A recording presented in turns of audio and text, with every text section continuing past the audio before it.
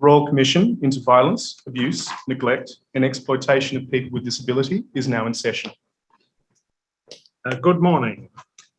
I welcome everybody to this public hearing number 20 of the Royal Commission into Violence, Abuse, Neglect and Exploitation of People with Disability.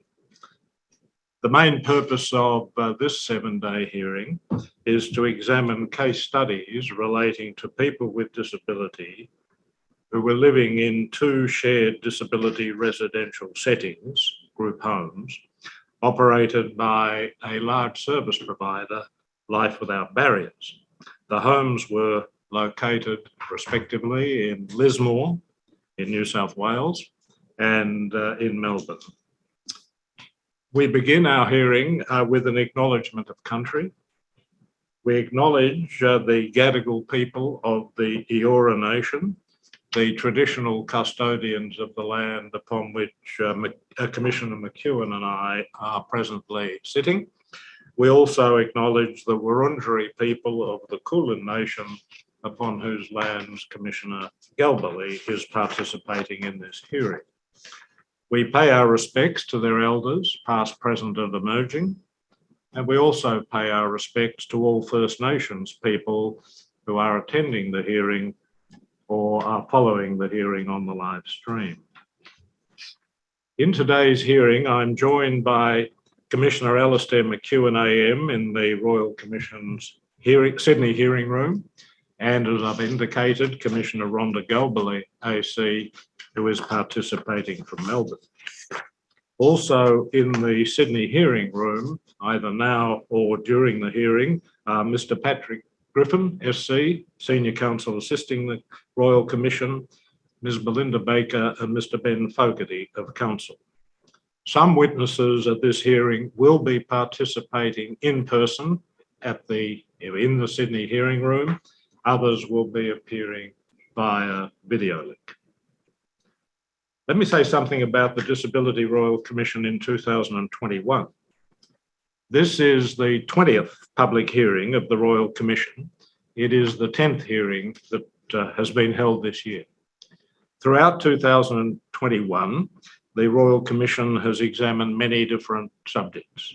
These include the experiences of people with disability, particularly First Nations people, in the criminal justice system, the rollout of COVID-19 vaccines to people with disability, especially those living in group homes, and ways of making the Convention on the Rights of Persons with Disabilities, the CRPD, a reality in Australian law, policies and practices.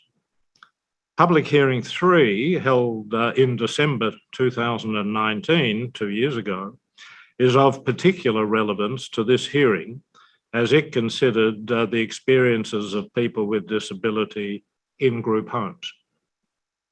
We had planned to hold hearings in the 6 Australian states and the 2 major territories during 2020, but our plans were thwarted. The same thing happened in 2021.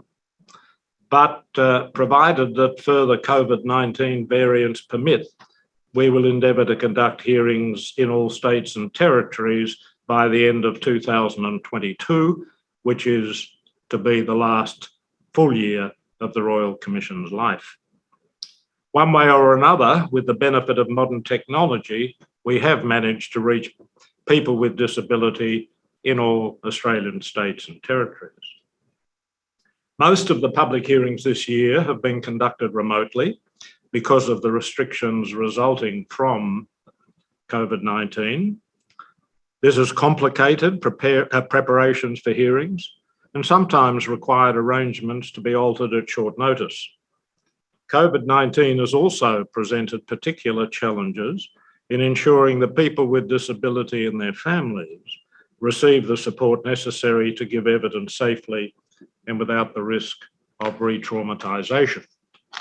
At this stage, we plan to hold our program of public hearings in 2022 in person, commencing with public hearing 21, which is scheduled to be conducted in Brisbane from 21 to 25 February 2022.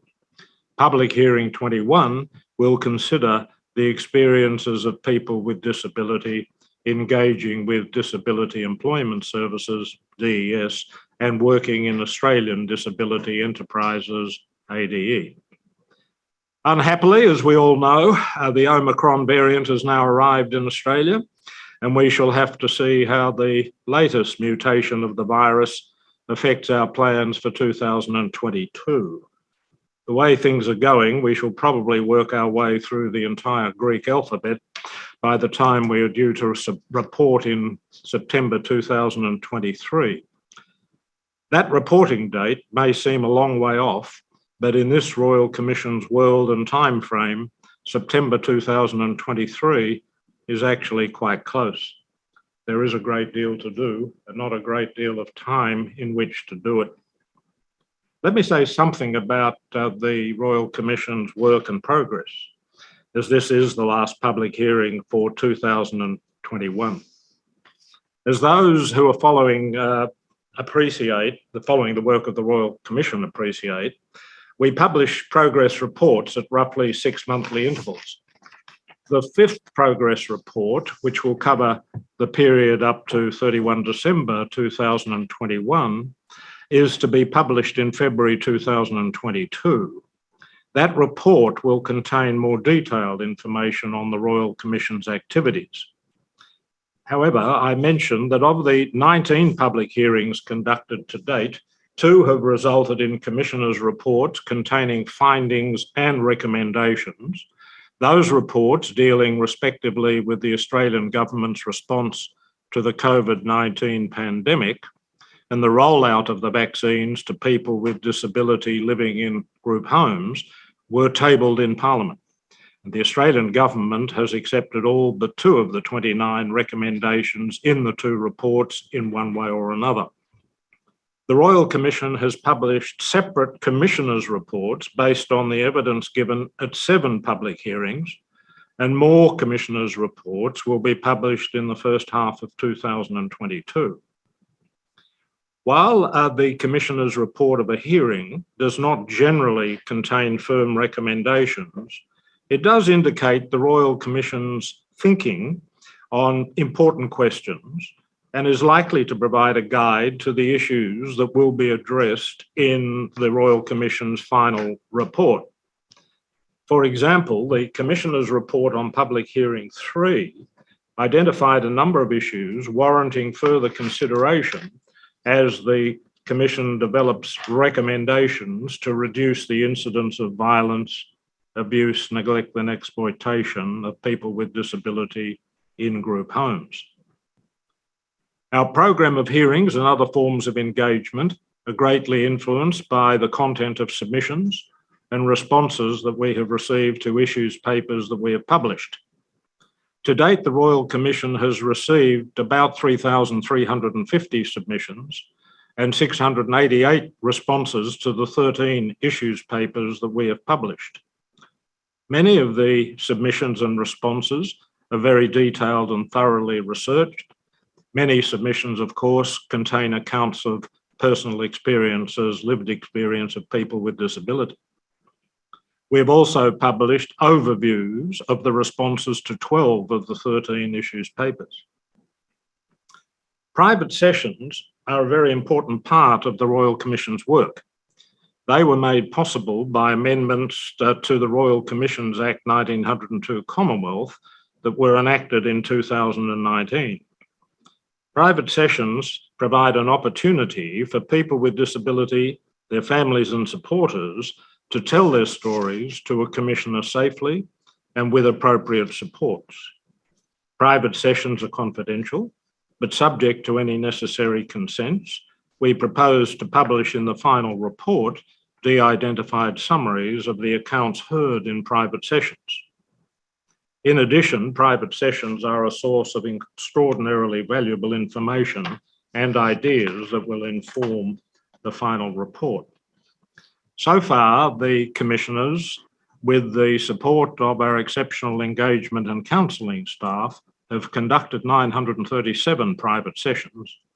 By the end of the private sessions program, we expect that number to increase to about 1,500.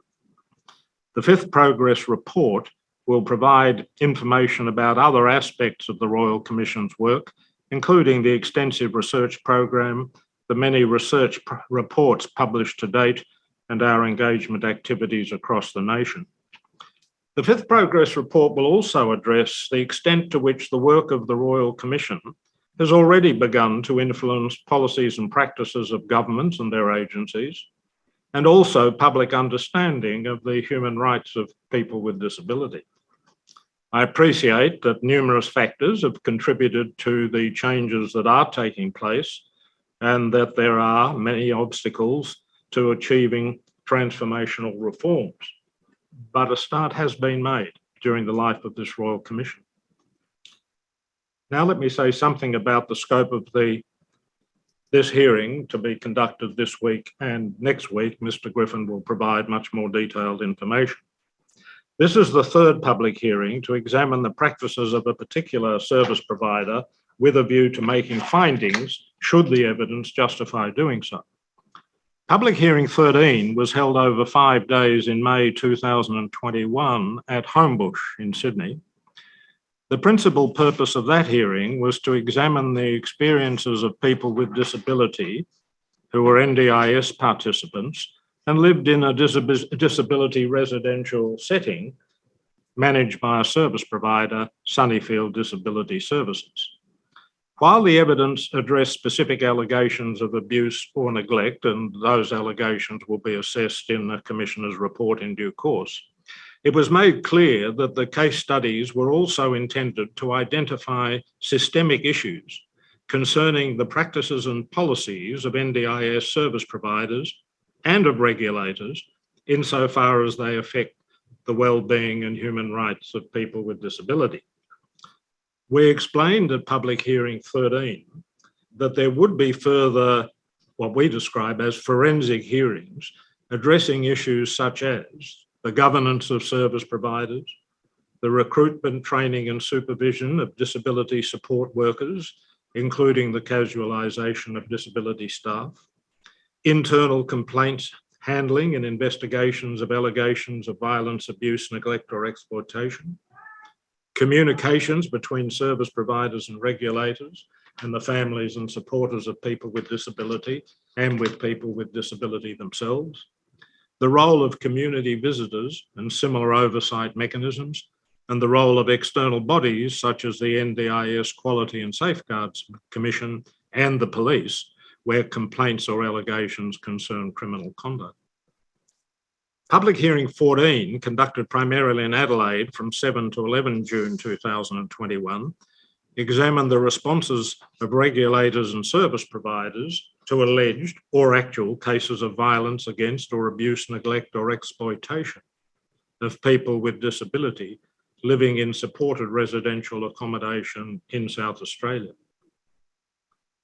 As I've already mentioned, this public hearing will examine case studies involving 2 facilities operated by Life Without Barriers, one in New South Wales, the other in Victoria.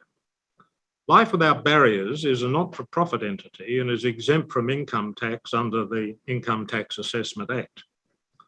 The trajectory of Life Without Barriers activities is similar to that of some other large service providers.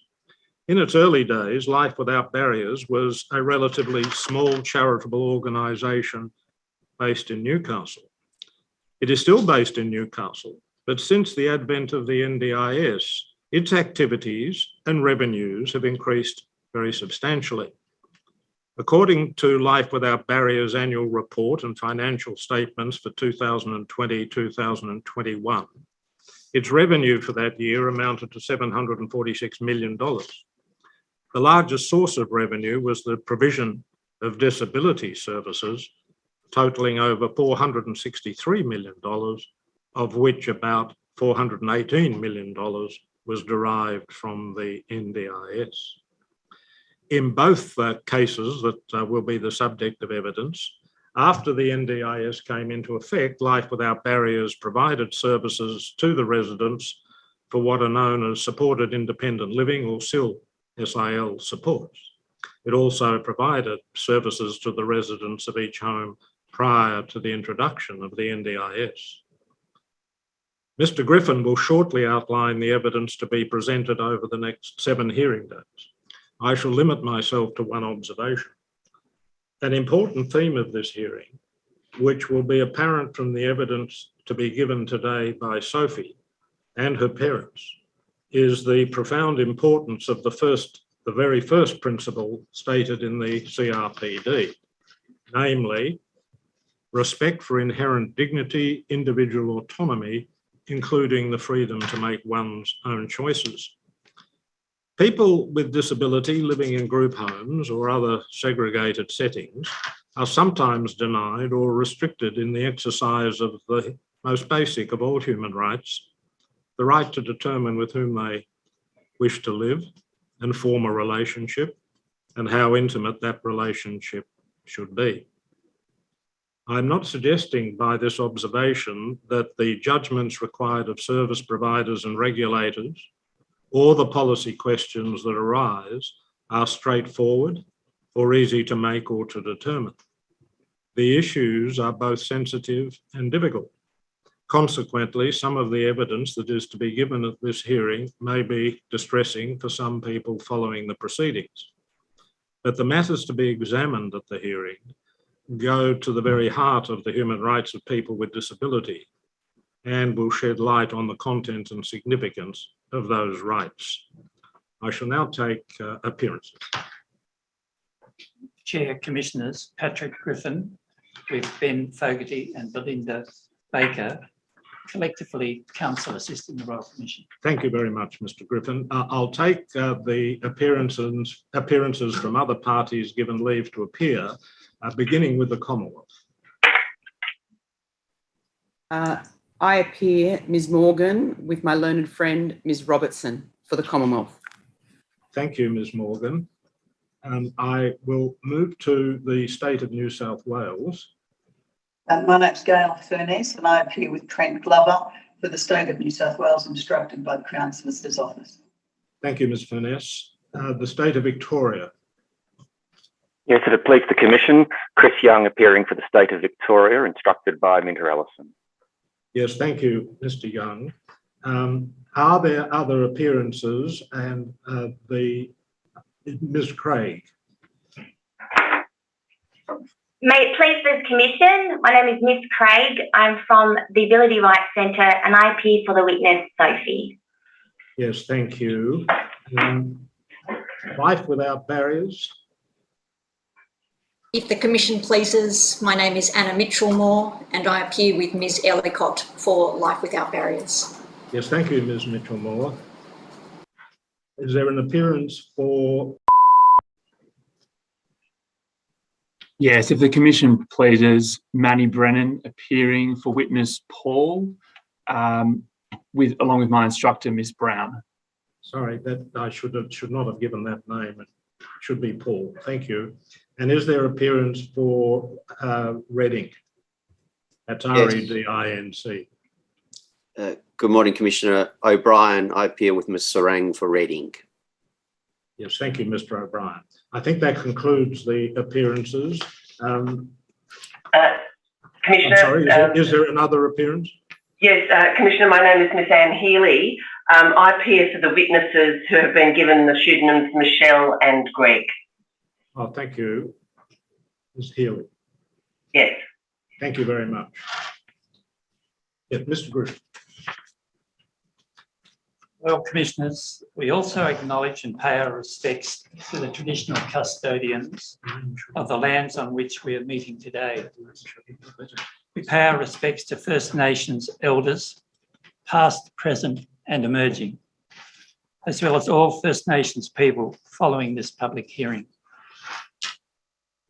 Before addressing the issues to be explored in this hearing, I must warn people watching or listening to this hearing that I am about to describe allegations of violence, abuse, sexual assault and neglect. The Royal Commission encourages people who may be distressed to seek support. A slide will now appear on the screen with relevant contact numbers if such assistance is required. Public hearing 20. Commissioners, this is the third of the number of public hearings which takes a forensic analysis of case studies involving allegations of violence, abuse, neglect or exploitation in group homes. Like the previous two forensic studies, Public Hearing 13 and Public Hearing 14, this hearing focuses on the particular service provider, Life Without Barriers, which I'll refer to as LWB. The Chair has outlined that in the last financial year, Life Without Barriers had revenue in excess of $746 million. It provides services in various areas and operates throughout Australia. The services LBW provides to people with disability include accommodation, including SIL, that is supported independent living, access to community and health services, and NDIS, plan support coordination. The present hearing will examine the lived experiences of two groups of people with disability who receive services from LWB in supported accommodation. As I will explain shortly, this hearing will consider 5 topics: allegations of violence, abuse and neglect experienced by residents living in LWB group homes at the hands of staff, other residents and persons external to the homes. Secondly, the adequacy of measures that LWB took to prevent such violence, abuse and neglect. The adequacy of LWB's response to allegations of violence, abuse and neglect. Fourthly, the role played by the National Disability Insurance Commission, Quality and Safeguards Commission, the NDIS QSC, which I'll refer to as the QSC, in detecting and responding to allegations of possible violence, abuse and neglect of residents. And finally, the role played by the NDIS funding body, the National Disability Insurance Agency, the NDIA, in allocating funding and planning of supports and services to the residents, and how that may have contributed to their vulnerability to violence, abuse, and neglect. Let me move to the 2 case studies. The present hearing consists of 2 case studies which are focused upon homes in northern New South Wales and Victoria. The first will be referred to as the Lismore houses and the second as the Melbourne House. I will begin by briefly outlining the Lismore case study before turning to the Melbourne case study. Commissioners, in both case studies, you will hear evidence of matters relating to intimate and private experiences of residents within each house. In order to protect the privacy of those residents and to ensure that no resident is detrimentally impacted as a result of giving evidence or being mentioned in evidence before this commission, you have made orders for pseudonyms to be given to each of the residents, their family members, and other appropriate persons. The Lismore case study will focus on the experience of 2 women, Sophie and Natalie, who lived together with 2 different male residents in supported accommodation in Gunnellabar and then in a home in Lismore, both of which were operated by LWB. The experiences, whilst different in nature, are necessarily intertwined as a result of them residing in the same accommodation over the same period of time. However, in this opening, I will briefly outline their experiences individually. First, let me deal with Sophie.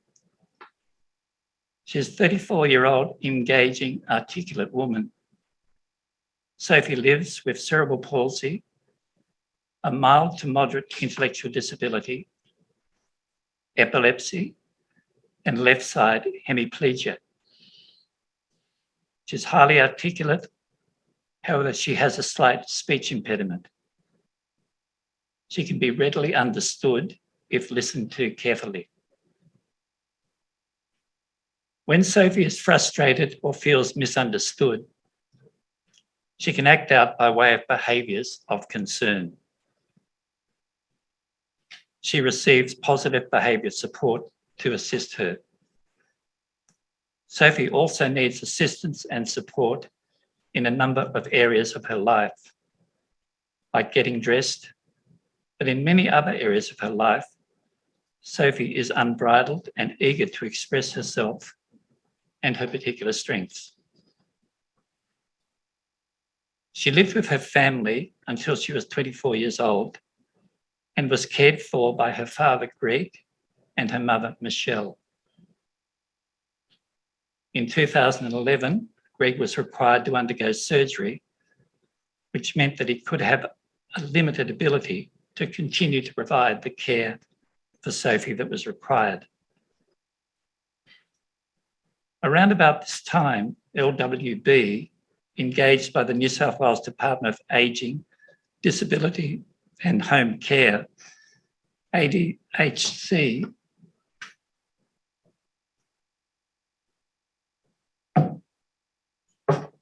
to run a recently established group home at a house in Gunnellabar. This was a temporary emergency facility designed to provide supported accommodation for residents until more permanent accommodation could be found. Sophie's then case manager, who worked for ADHC, arranged for her to be accepted into the home. When Sophie moved into the home, there were two other residents. One, who we will call Naomi, had known Sophie for some time. The other, a male, left shortly after Sophie arrived. Natalie, whose separate experiences I will shortly come to, moved into the home in April 2012. Later that same year, a man who we shall call Tyler moved in. Both Tyler and Natalie had higher support needs than Sophie and did not share her passions and pastimes.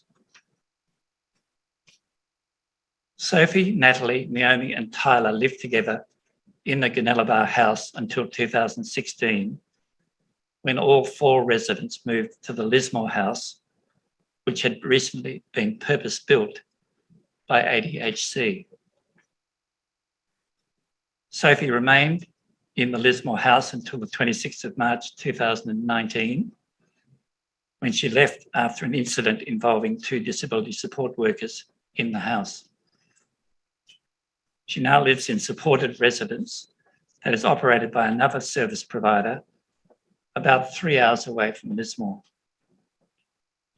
Sophie and her parents will tell you that she's very happy in her new home, although her parents now live some distance from her. There are three particular aspects of Sophie's experiences in the Lismore houses that will be considered in this case study. Firstly, relationships and intimacy. Commissioners, you will hear evidence that from at least 2013, Sophie expressed a strong desire to date men and to experience intimate or sexual relationships. She talked about these hopes and aspirations with her parents and with LWB staff. She requested support from those around her to help her achieve her goals of dating or pursuing a relationship and of marriage. One of the important issues that will be considered in this case study concerns the extent to which LWB facilitated or frustrated Sophie's ambition to form an intimate relationship in a safe environment.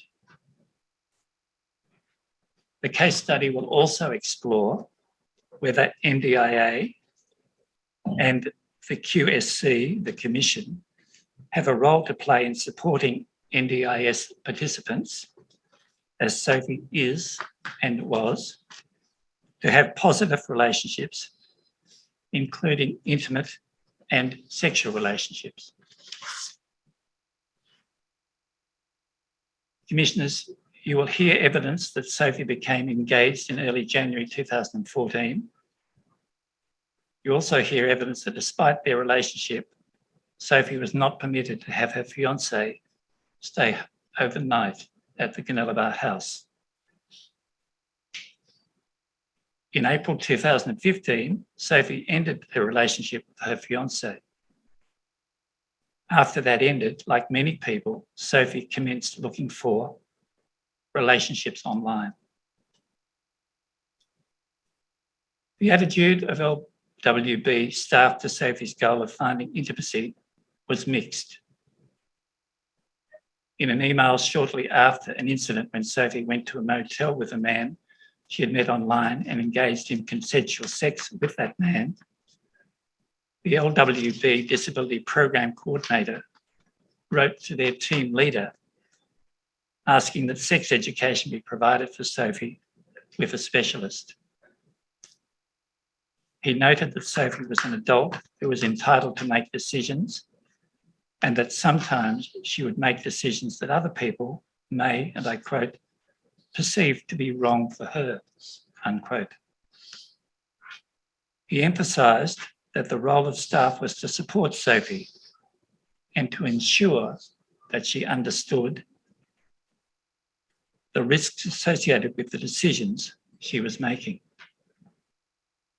In contrast, on the other hand, other staff members continued to express concern about Sophie's online dating and her attempts to find a boyfriend.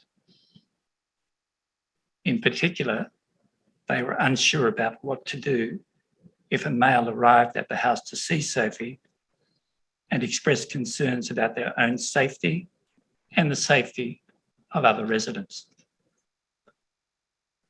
Consequently, in January 2017, an interim safety plan was drawn up addressing the issue of male visitors to the home. This plan differed from other safety plans that were in place at the time, addressing Sophie's behaviours of concern. For this reason, we will refer to this plan as the relationship rules.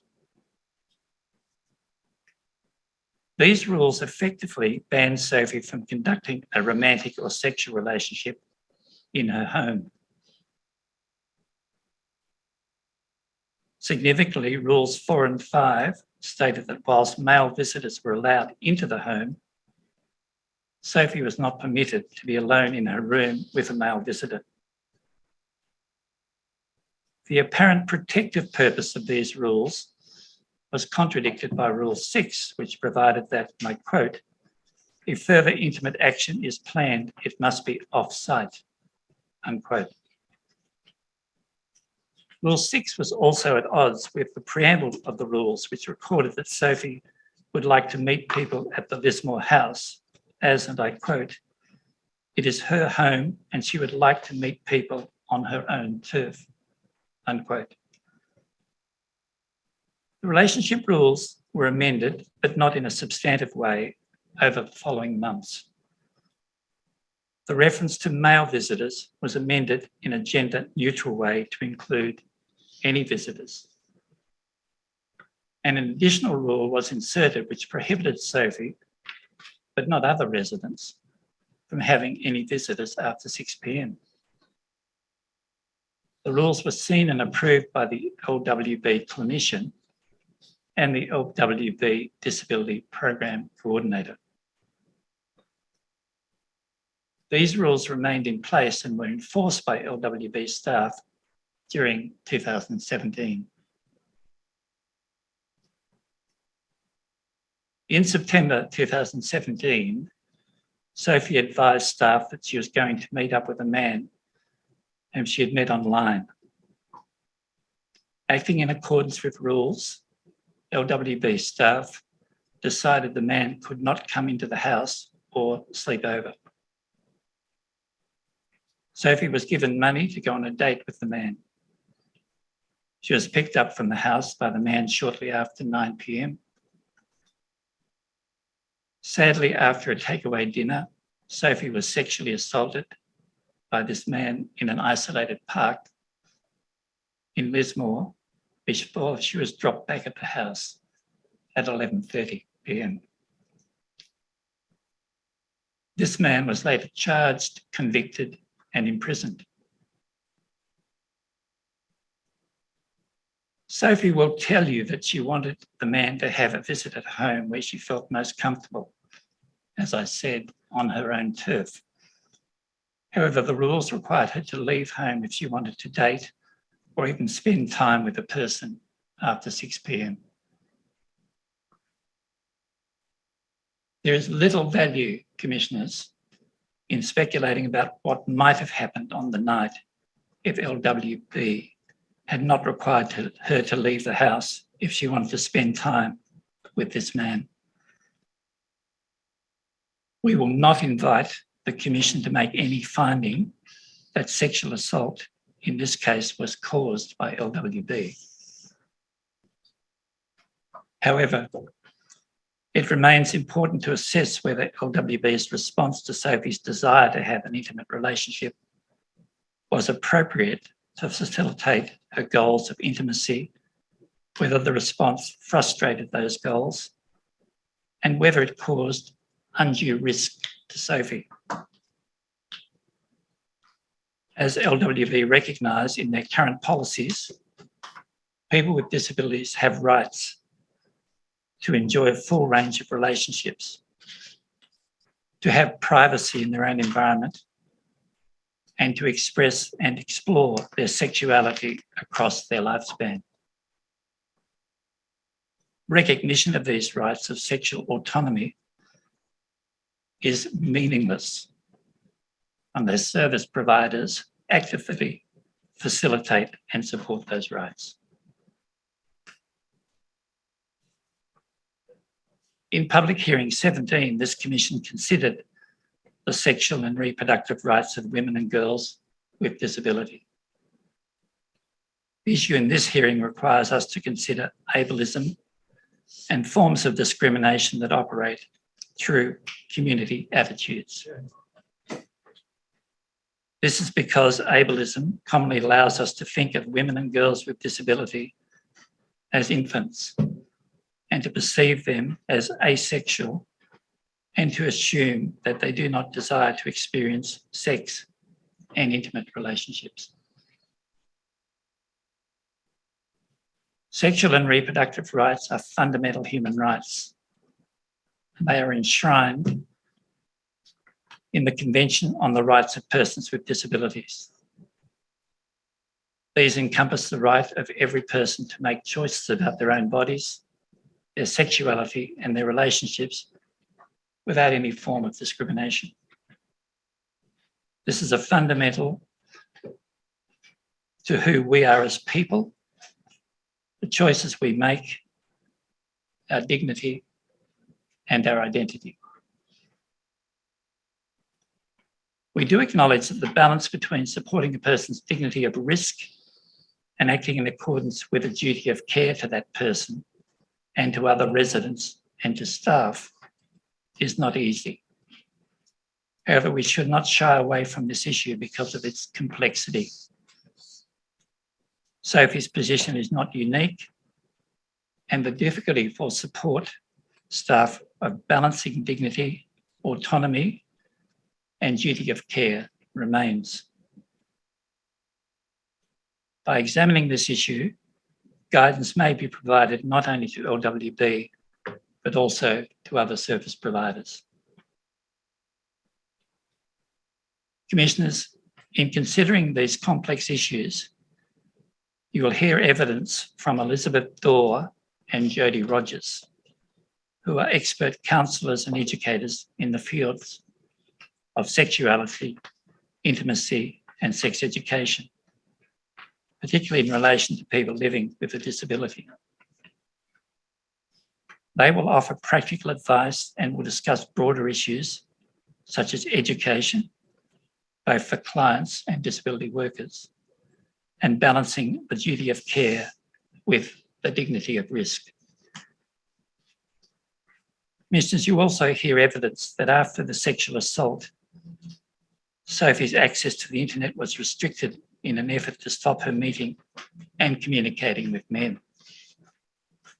This case study will consider the appropriateness of this response and the adequacy of the support that was provided to Sophie by LWB after the sexual assault. Let me now turn to the support of Sophie more generally. The Lismore case study will also consider the appropriateness of the care and support that was provided to Sophie more generally over her time in the Lismore houses. As I have mentioned, Sophie has behaviours of concern in that she can become aggressive, particularly when she is feeling frustrated, misunderstood, or ignored. It is also apparent that her support needs were very different to those of the other 3 residents. This case study will consider the adequacy of the support that was provided by LWB to Sophie, both in assisting her to become more independent and in responding to her behaviours of concern. I now turn to Natalie. After hearing the evidence relating to Sophie's experience, we'll consider Natalie's experience. Tomorrow you will hear a statement from a person who will be known as Jennifer. Jennifer is Natalie's mother and legal guardian. Unfortunately, Jennifer is very unwell and is unable to give evidence in person. Her statement will be read by Ms. Baker, one of the counsel assisting. You will hear that Natalie is a vivacious, social 32-year-old who loves her family and friends. She has cerebral palsy and a moderate intellectual disability. She is mostly non-verbal. She has use of one arm and one hand and is a wheelchair user. She has high support needs. She is not able to make her own meals or shower herself and requires personal assistance each day. She is also incontinent. She needs support when she goes out into the community and also requires assistance with financial management. Natalie lived with her mother, Jennifer, with some home care assistance until she was 21 years old. She moved into the Bar house in March 2012. Sophie and Naomi were already living in the house, and soon after, as I mentioned, Tyler joined them. By 2016, all 4 residents had moved into the Lismore home. The case study involving Natalie will consider 3 aspects of her experience in the Lismore houses. Firstly, allegations of indecent sexual assault. The first of these aspects concerns events that occurred between 2012 and 2014, involving a male disability support worker in the house who will be referred to as LWB Worker 3. You'll hear evidence when Natalie first moved into the Bar house. Jennifer, along with Natalie, were adamant that Natalie not receive personal care from male disability support workers. Despite this clear communication, male disability support workers were often rostered on together, requiring Natalie to receive personal care from male workers, including W3. Even when female disability support workers were on shift and available, W3 would elect to perform the personal care of Natalie. During the period 2012 to 14, a number of staff members expressed concern about W3's conduct towards Natalie, in particular tickling Natalie when she was naked from the waist down during personal care, and expressing disappointment when Natalie's personal care was performed by persons other than himself. Those concerns were not acted upon by the management until February 2015. On the 6th of February, support workers of the Melbourne House formally advised their supervisors of concerns about W3, which included an allegation of indecent assault. 2 weeks later, a decision was made that W3's acts constituted reportable conduct. The initial reportable conduct decision form was filled out, as was the relevant LWB form, which assessed the harm consequence as, and I quote, moderate, unquote, and the likelihood of repetition as possible. The New South Wales Ombudsman and police were also informed. Based upon the insufficient information provided to police by LWB, in February 2015, police determined not to lay charges against W3 at that time. Further evidence was later provided by LWB to police in around July 2015, which caused the investigation to be reopened and led to some charges being laid.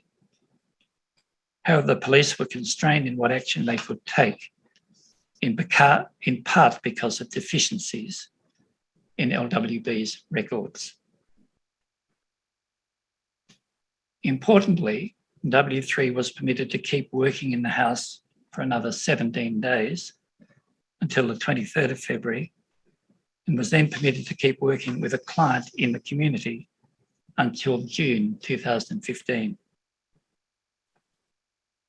In August 2015, W3 was charged with indecent and sexual assault and tried in the District Court in September of 2017. The issue in W3's trial was not whether the acts occurred, but whether W3 acted for a bona fide medical purpose. He was ultimately acquitted of all charges. LWB conducted internal investigations which led to the dismissal of W3. Findings of neglect were sustained in relation to his immediate 2 supervisors based upon their failure to report concerns raised about his conduct in November 2014. A subsequent inquiry by the New South Wales Ombudsman suggested that it would have been open to LWB to conclude that on the information then available to Manager 2, W3's conduct did not amount to reportable conduct. LWB stood by its finding of neglect in relation to Manager 2. Commissioners, it is acknowledged that these events occurred some years ago and that LWB took action in respect to W3 and the managers. Although the initial findings of LWB will be noted, the focus of this study will not be on the particular actions of either Manager 1 or Manager 2.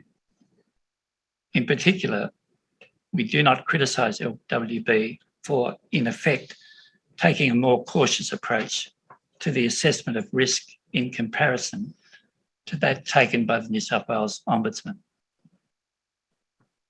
Rather, the focus will be on the response of upper levels of LWB management to this incident. In particular, what consideration was given by the board and the board's committees to this incident. Has LWB given any consideration as to whether its own policies, in particular the personal care policy, require reconsideration in light of these events? This case study will also consider the conduct of LWB to Natalie and her mother and guardian, Jennifer, in the aftermath of this incident. You will hear evidence that despite promises to the contrary, personal care continued to be performed by males upon Natalie after the alleged indecent assaults. The case study will consider the appropriateness of this response. Can I move to the next issue involving Natalie of the allegations of financial mismanagement? It's the second issue arising from her experiences and concerns.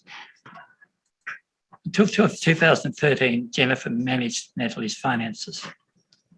In 2013, an order was made by the Guardianship Tribunal on application of the Disability Advocate and supported by LWB for Natalie's finances to be managed by the public trustee. During the period from 2013 to 2017, Natalie's discretionary spending was effectively managed by LWB. In 2017, on review of Natalie's financial management order, the New South Wales Civil and Administrative Tribunal replaced the public trustee as her financial manager, with her mother, Jennifer, and sister, Anna, acting as joint financial managers. Commissioners, Jennifer makes a number of complaints about the way in which LWB spent Natalie's money and failed to keep proper account of it.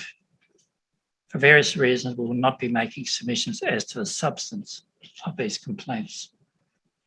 However, it is apparent that there are ongoing communication difficulties between Jennifer and LWB over this time in relation to how Natalie would be supported to spend her money.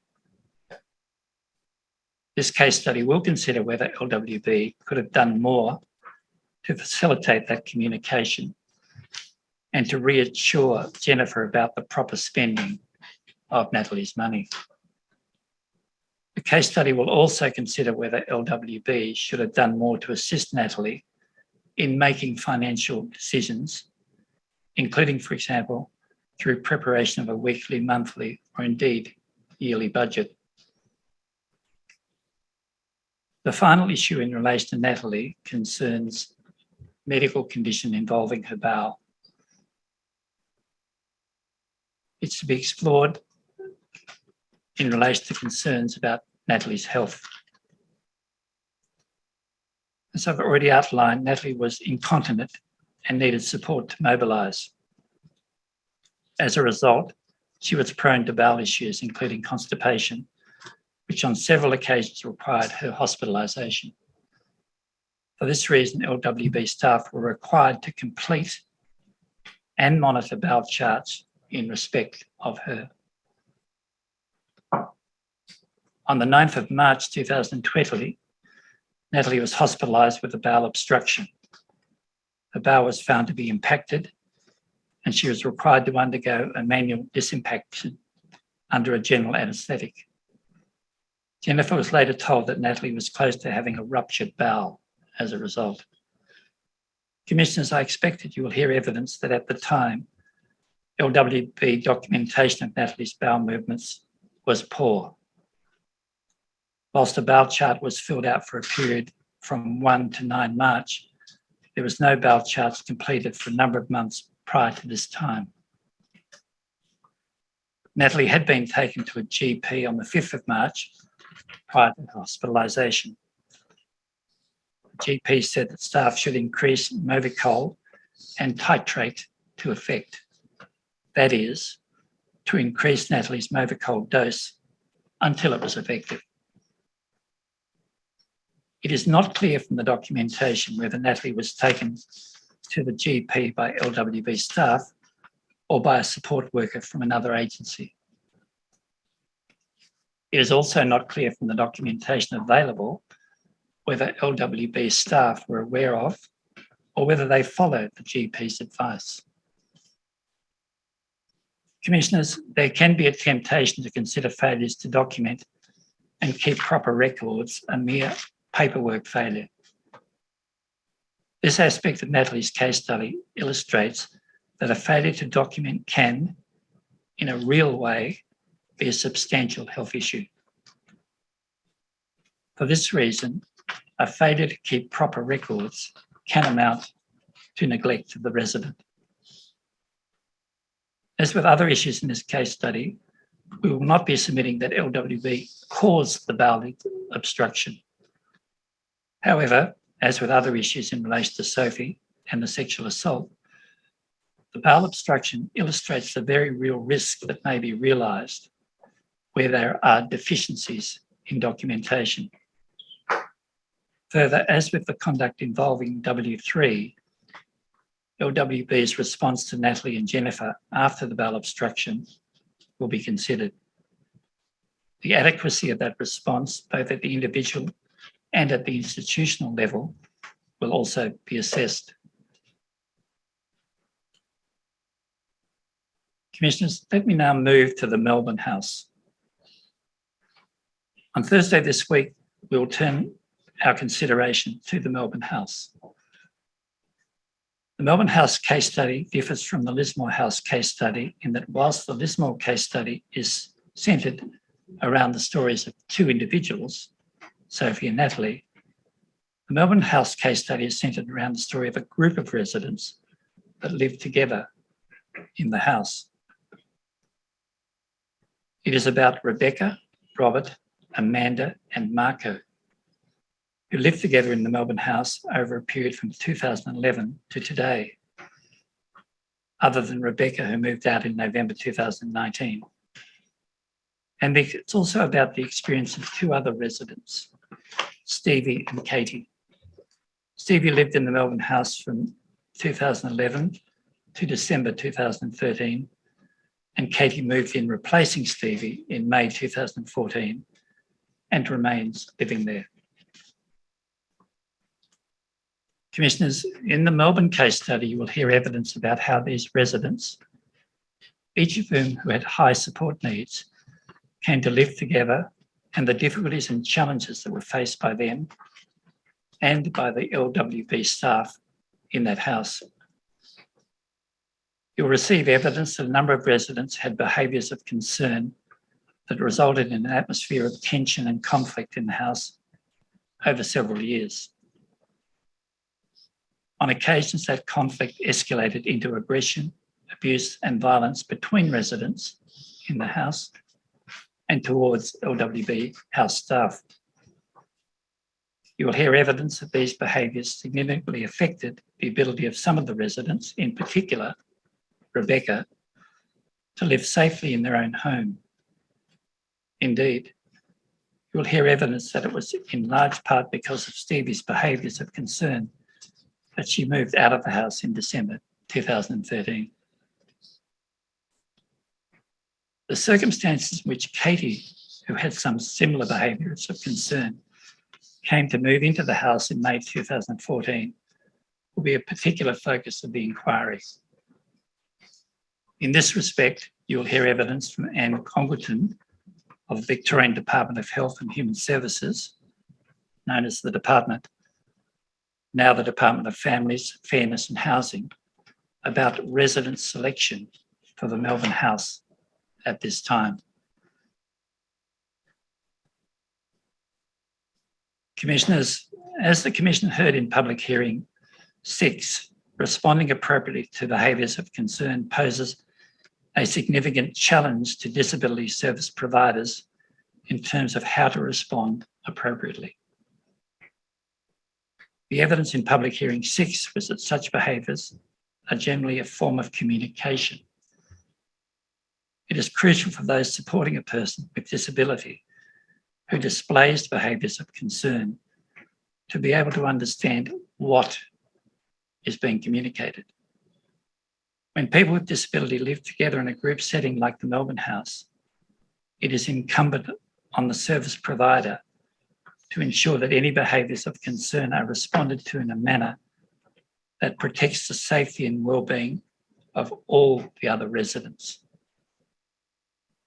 This requires appropriate resources in the development of behaviour, support plans and strategies, ensuring that all support workers are fully trained and equipped to implement those strategies, and ensuring that there is an appropriate monitoring of behaviours and dynamics in the house at both an individual and at group level.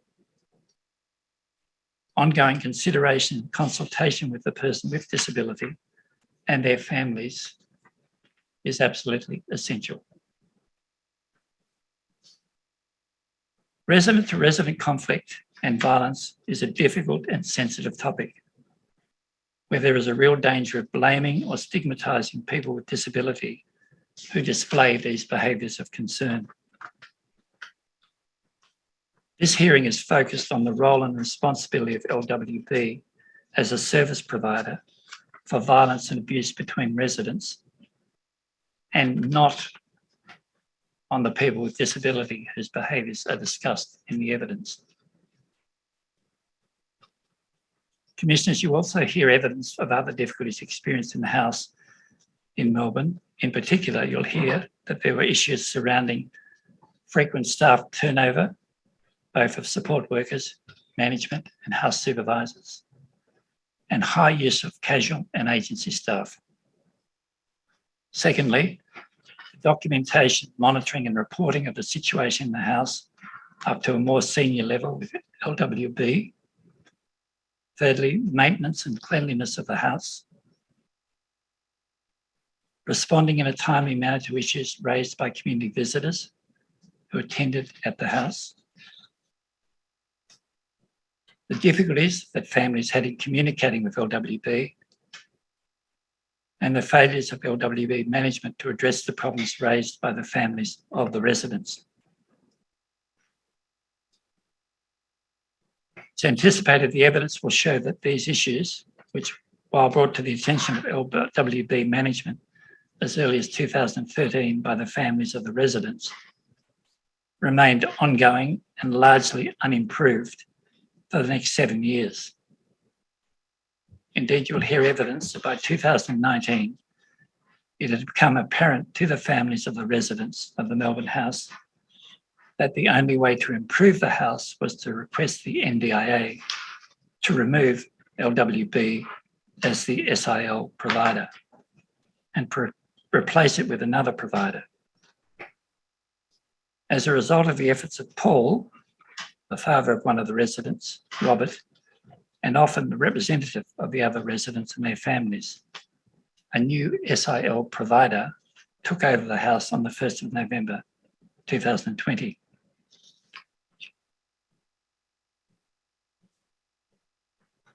In view of this evidence, the issues that this case study will consider include the following 8 matters.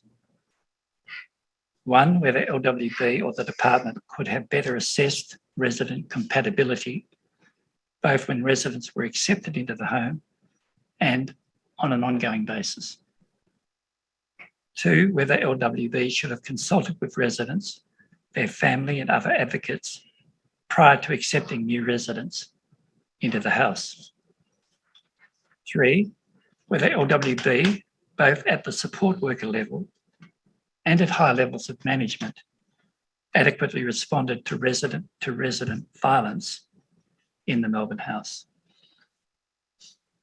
4, whether the staff were adequately trained and supported by LWB, particularly in dealing with a mix of clients, each with their own high support needs and behaviours of concern. 5, whether LWB's communication with families of residents was deficient. 6, whether LWB responded appropriately to complaints made by family members and by advocates. 7, whether there were deficiencies in documentation and record keeping and in responding to incidents of resident-to-resident violence and other reportable incidents.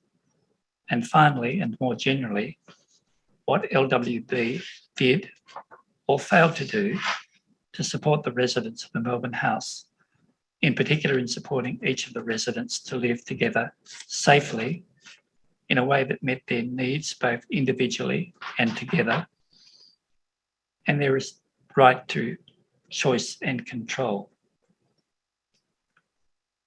In respect to the Melbourne case study, you will hear evidence that focuses on the story of the House and how the individuals lived in the House together as a group.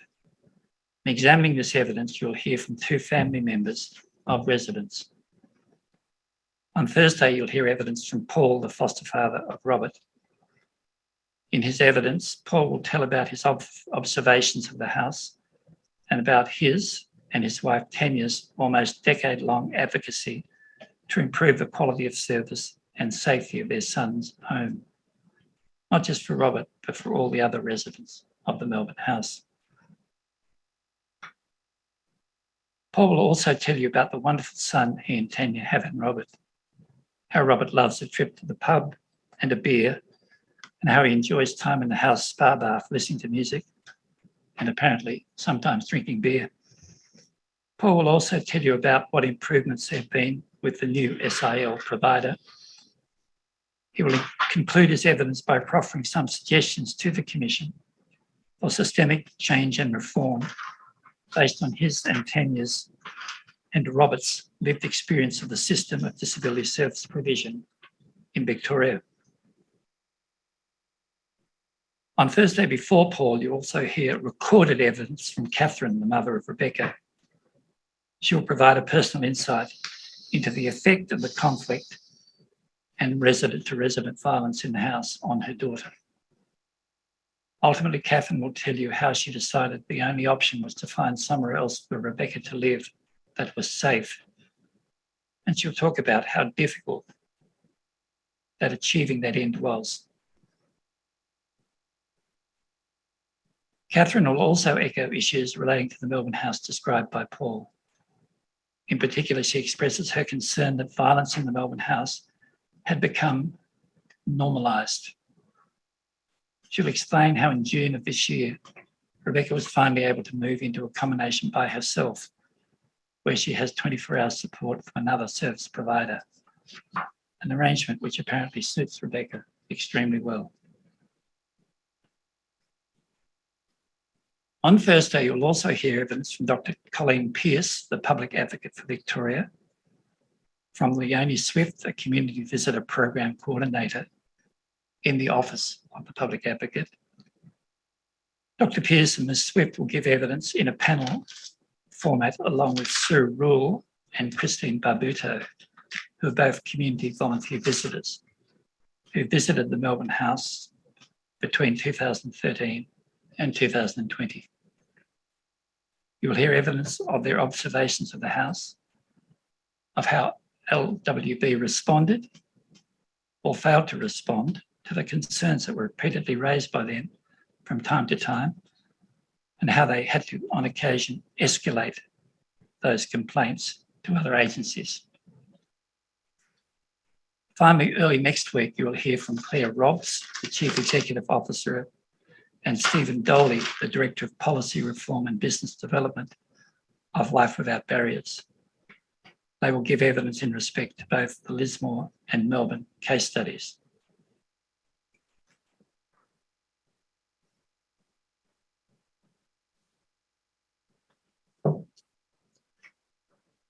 Commissioners, let me turn to NDIS issues. The role of the NDIS and the NDIA, being the agency which administers the scheme, play a particularly prominent role in this hearing. In 2021, it's simply not possible to discuss the provision of disability services without talking about how those services are currently funded and how they have been so far for about the last 5 years through the NDIS. The issues that will be considered in this hearing concerning the NDIS, NDIA, and the QSC include three matters. Firstly, the sufficiency of the information that was initially available for people with disabilities, their families and advocates, concerning the NDIS, NDIA, and the QSC. Secondly, the adequacy of funding that was provided to various other residents in each of the Lismore and Melbourne houses, and the effects of inadequate funding upon those residents. And finally, various complaints that were made on behalf of residents to the NDIA, the NDIS, and the QSC. The failure of those bodies to effect any real resolution of the complaints, and the effects of significant delays in responding to complaints. For this reason, you will hear from two witnesses connected to the NDIS and NDIA. First, Samantha Taylor, the Registrar of the NDIS QSC and Acting Commissioner of the QSC. And secondly, Scott McNaughton, General Manager National Delivery of the NDIA. Let me turn to Ms. Taylor. Samantha Taylor gave written and oral evidence before the Commission in last year's public hearing 5, entitled Experiences of People with Disability During the Ongoing COVID-19 Pandemic. In this hearing, Ms. Taylor will give evidence about the role of the NDIS QSC has, if any, in monitoring and ensuring genuine choice and control for NDIS participants, particularly choice and control about where and with whom participants live. She will also be asked questions about the QSC's response to safety issues, in particular relating to resident-on-resident violence. She will also give evidence about specific complaints and incidents relating to some of the residents of the Lismore and Melbourne House and LWB's reportable incident system and ongoing NDIS compliance requirements. Finally, Ms. Taylor will give evidence about the NDIS QSC's approach to investigative, compliance and enforcement action in connection with each of the case studies we'll be discussing. The second witness in that part of the inquiry, Scott McNaughton, gave written and oral evidence in May 2021 in public hearing 13, entitled Preventing and Responding to Violence, Abuse, Neglect and Exploitation in Disability Services, a case study. In this public hearing, I anticipate he will give evidence about 6 topics. Firstly, specific complaints made to the NDIA by family members on behalf of residents of the Melbourne House and its response to those complaints. Secondly, what role, if any, the NDIA has to play through plans and funding or other regulatory functions it serves to respond to situations of resident-to-resident violence or abuse and unsafe supported accommodation. Thirdly, the extent of available funding under the NDIS to support participants to develop positive relationships, including both intimate and non-intimate relationships. Fourthly, the levels of funding of various residents in the case study, in particular comparing their earliest approved NDIS plans as against their more recent approved plans, and the reasons for any variations. Fifthly, the process of SIL quoting, or now as it is called, SIL submission process, and rosters of care. And finally, how specialist disability accommodation, known as SDA, funding, eligibility and reassessment works, and whether the particular design of the SDA affects those matters. Importantly, Scott McNaughton will also be invited to give evidence about some new initiatives and projects the NDIA is pursuing and how they will shape the future work and culture of that agency. Commissioners, if I might summarise. In summary, the 2 case studies will be considered in this public hearing concern different experiences of different people living in different homes across 2 states. However, whilst there is a wide variation in those experiences, many of the underlying issues remain the same. Those underlying issues include questions of choice, control, independence, and autonomy, of understanding and respecting dignity of risk, of resident compatibility, of the adequacy of support, and the role of the NDIS, NDIA, QSC. In essence, the 2 case studies raise the fundamental question of whether LWB and the other agencies could have done more to ensure that each of the residents could live safely freely and independently in their homes. The consideration of these issues will draw upon the previous work of the Commission, in particular the Commission's report from Public Hearing 3, entitled The Experience of Living in a Group Home for People with Disability, which was delivered a little over a year ago, and the Commission's report from Public Hearing 6, which, as I've already mentioned, considered behaviour support and responding to behaviours of concern, and the evidence in a further hearing, which is currently part heard, Public Hearing 17. Let me turn to more procedural matters of interest to the legal representatives involved in this hearing. Commissioners, you're committed to ensuring this hearing is conducted fairly and that Life Without Barriers and the regulatory agencies should have the opportunity to be heard and to respond to the issues which we examine.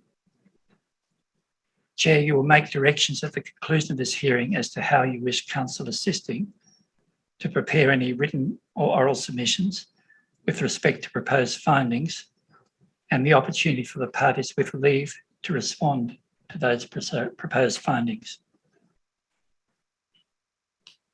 The Royal Commission has received extensive documentary records in the course of preparing for this hearing. Some of these records will be discussed during the public hearing. However, the majority of the formal tendering of documents into evidence will be done following the conclusion of the oral presentation of the evidence. This will allow for any redactions that need to be made in order to protect the identity of any person requiring that protection and to address other concerns raised by the parties. All of this process will occur prior to the public release of documents. Can I give a legal warning, Commissioners, to all those that might be watching this hearing? The Royal Commissions Act contains a provision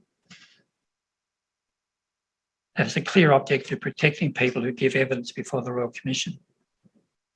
I want to draw particular attention to Section 6(m) of the Act, which provides any person who uses, causes or inflicts any violence, punishment, damage, loss or disadvantage to any person on account of that person having appeared as a witness before the Royal Commission or given evidence before the Royal Commission or producing documents to the Royal Commission commits an indictable offence. The maximum penalty for committing such an offence is imprisonment for 1 year. If anyone taking part in this Royal Commission in any form has any doubt about the meaning of what I've read out, they should seek advice before doing anything. In conclusion, thank you, Commissioners. It may be appropriate to adjourn briefly. Immediately after the break, Ms Baker of Council will examine the first witness, Sophie. Yes, thank you, Mr. Griffin. It's now 11:20 Australian Eastern Daylight Time. We'll adjourn for 15 minutes and resume at 11:35. Thank you. The Royal is adjourned.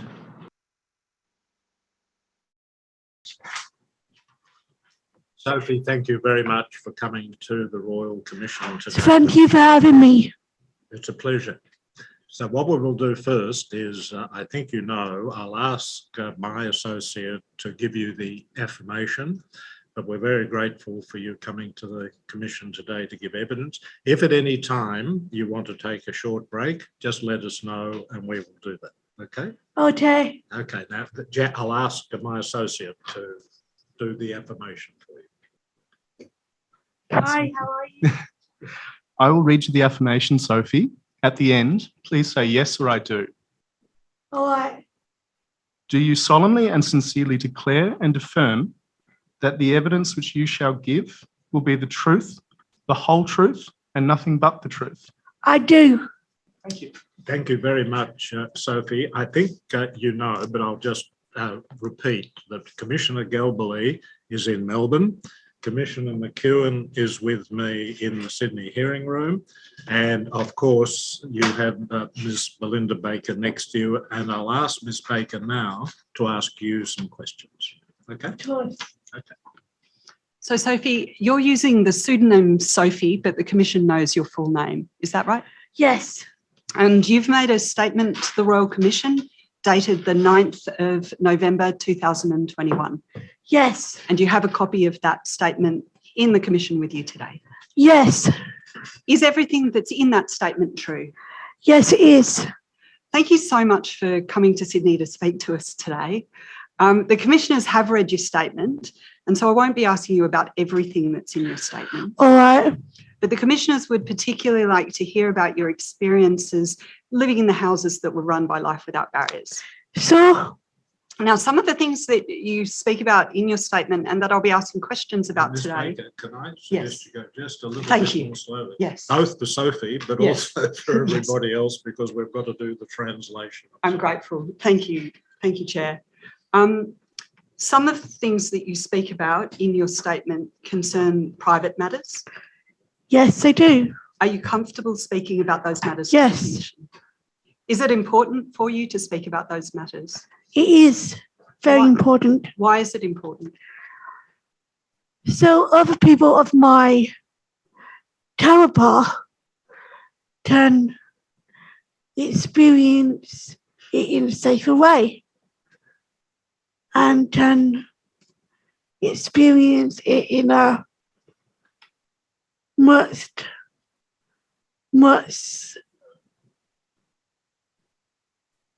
safer way. Thank you. Before I ask you about those matters, I'd like to ask you a couple of questions about yourself. Of course, go ahead. So, firstly, can you tell the Commissioners about yourself, about how old you are and what some I'm of the 34 years old. Yes. I was born in the UK. I have one brother, one sister, one twin sister. And did that twin sister pass away? Yes, he did, unfortunately. And that was when you were a baby? Yes. So you've told us about a brother and a sister and your twin who passed away. And are there other siblings that you'd like to mention? And I've got adopted brother. Yes. An adoptive sister. Yes. And some fosters. Thank you. And what are some of the activities that you enjoy doing? Horse riding, acting, singing. And I understand that you're currently or just finished acting in a play? Yes. What was the play? Romeo and Juliet. And which character were you? Juliet. Yes. You also live with some disabilities. Can you tell us about those? Cerebral palsy. Yes. And epilepsy. Yes. And left side haemophilia, I think you say. Haemophilia. Hemophilia. Thank you. That's all right.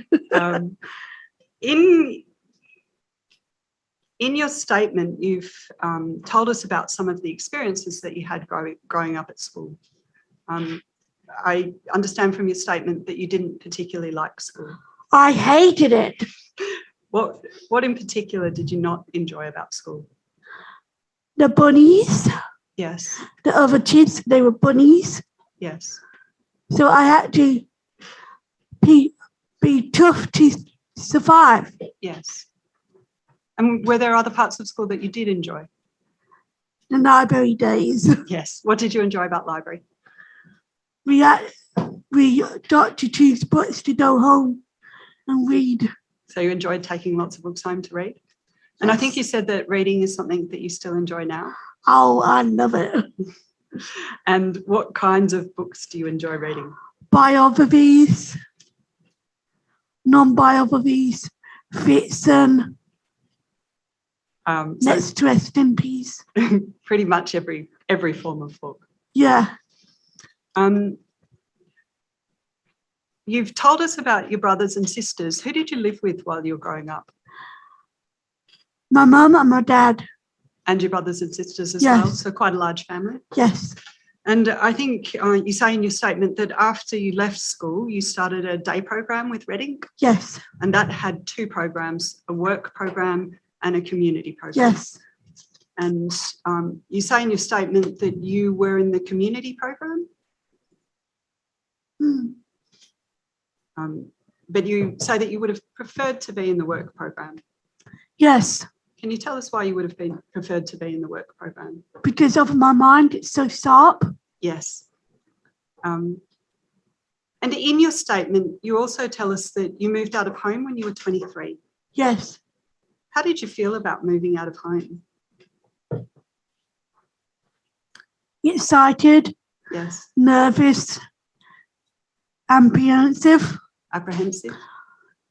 All of the above. All at once. Yeah. The first house that you moved into was a house at Ganellaba. Yes. And that was a house that was run by Life Without Barriers. Yes. When you first moved in, there was another resident there whose name we'll refer to as Naomi. Yes. Did you get on with Naomi? I would say 60-70. 60, 50-50, 70-30, 60-40, Yeah. yes. What do you mean by that? I mean, sometimes we would get on. Sometimes we would fight like cats and dogs. And then make up? Yeah, pretty much. Pretty much. You say in your statement that there was another male resident there when you first moved in, but he moved out. Is that Yeah. right? And then in your statement, you also say that another two people who'll be referred to as Natalie and Tyler moved in sometime after you arrived. Yeah. You say in your statement that Life Without Barriers gave you quite a bit of notice before Natalie moved in. Yes. But you didn't receive any notice before Tyler moved in. No. No. Would you have liked to have been given some warning before Tyler moved in? Yeah. Can you tell us why you would have liked to have been given some Because he warning? was so, let's just say, uneducated. He was, so his communication level was not as good as Yeah. yours. And that's something that you would have liked to prepare yourself. Yeah. Would you have liked to have been asked what you thought about Tyler moving in? Yes. Before he moved in? There were a number of support workers at the house. Yes. And they worked in different shifts. Mm-hmm. Do you remember how many support workers there were when you woke up in the morning? Two. And for the nighttime shift, how many at night? Not sure. Not sure. Maybe one or maybe two. Yes. So by the nighttime shift, I mean while you were asleep. Oh, one. One while you were asleep? Yeah. And then in the evening shift? Two. And what about during the day? If you weren't at a day activity during the day, how many? One. Yeah. Always one, or were you sometimes alone? I was sometimes alone. Ms. Baker, can you just clarify Yes. which time we're talking about here? So this please? is- I'm just asking Ms. Yes. Baker to clarify. Thank you, Chair. At the moment, I'm talking about your experiences in the first house, the Ganellaba house. I know. So when you first, I know that you know, it's for the benefit of the Chair and other That's right, people who Chair, might that's be listening. So this is when you first moved into the Ganellaba home after Natalie and Tyler had moved in. That's your memory of how many support workers you had working with you. Now, I think that you've said to us now how many workers there were. What kinds of things did the support workers help you with? Not much. Not much. What about when you woke up in the morning? What kinds of things did you need assistance with? Making my bed. Yes. Dressing. Yes. Showering. Yes. Generally getting ready for the morning. And in your statement, you say that Tyler and Natalie both had much higher needs than you. Is that right? Yes. And so I think you've mentioned that Tyler had difficulties communicating compared to you. Yes. And was that also the case with Natalie? Yes. And also Tyler was in a wheelchair? Yes. And had difficulties, much more difficulties than you in being able to get himself dressed, ready for the day. His physical needs were a lot greater than yours. Yes. And was that also the case with Natalie? Yes. Did the support that you received from Life Without Barriers change after Tyler moved in? They were very cold.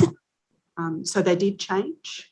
Yes. And when you say that they were very cold, the support workers became very cold towards you? Yes. And can you describe anything else about how their support changed? Well, if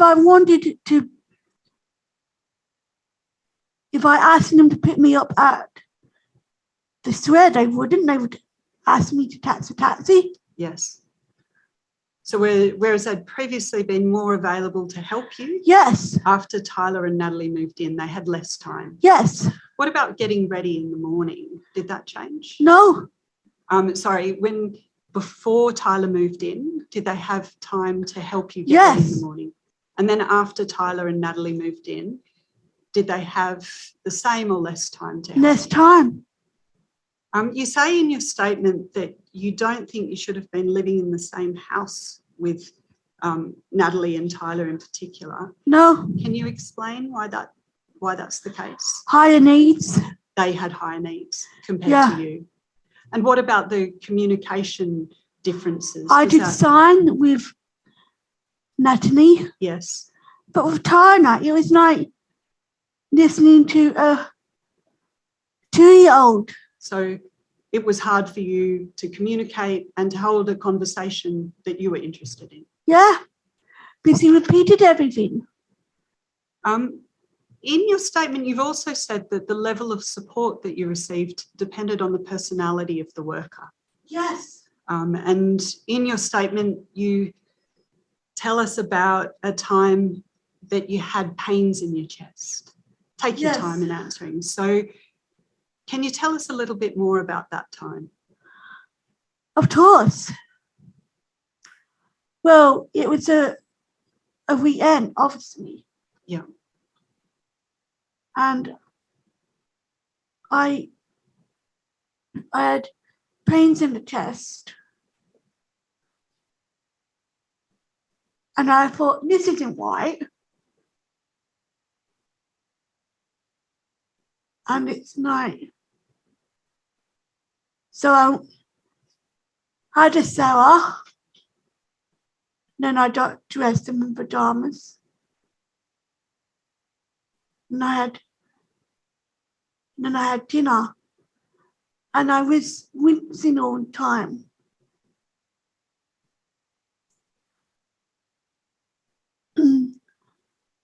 And one of the support workers said, we'll take you to the doctors tomorrow.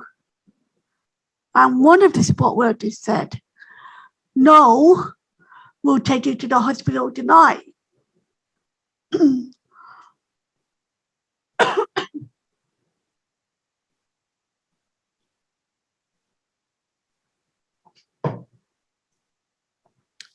To me, that sounds like one of them was really caring about me. And one of them was like, oh, we'll just see how it goes.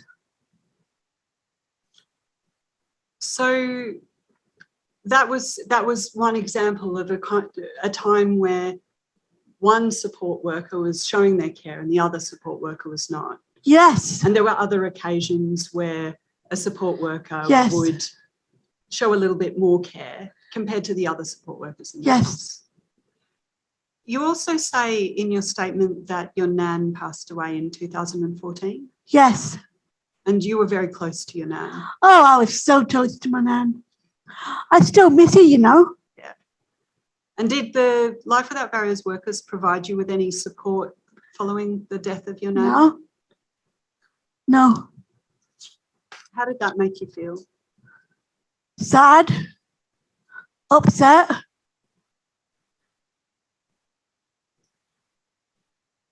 suicidal thoughts. Did you feel that you could speak to the support workers about any of these matters? 50-50. By 50-50, do you mean you could speak to some but not to all? Yes, And did you try to speak to some? yes, on numerous occasions. So one of the support workers you were able to speak to, Yes. but not the others? I'd like to ask you some questions now about the move to the next house. Of course.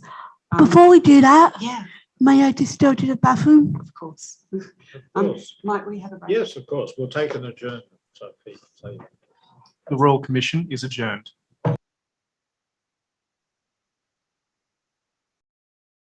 Royal Commission is resumed. Thank you, Sophie. I'll ask now Ms. Baker to keep asking you some more questions. Sophie, just before the break, I was about to ask you about the move to the Lismore House. Yes. And in your statement, you say that you moved to this other house in 2016. Yes. And that was also a house that was run by Life Without Barriers. Unfortunately. And can you tell me about about the Lismore House? It was bigger. Bigger? It was in a new area. Yes. And it was supposed to be purpose built for wheelchairs. When you say supposed to be, was it built for wheelchairs? Not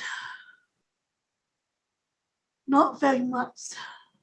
Can you tell us anything about the access that was problematic for a wheelchair?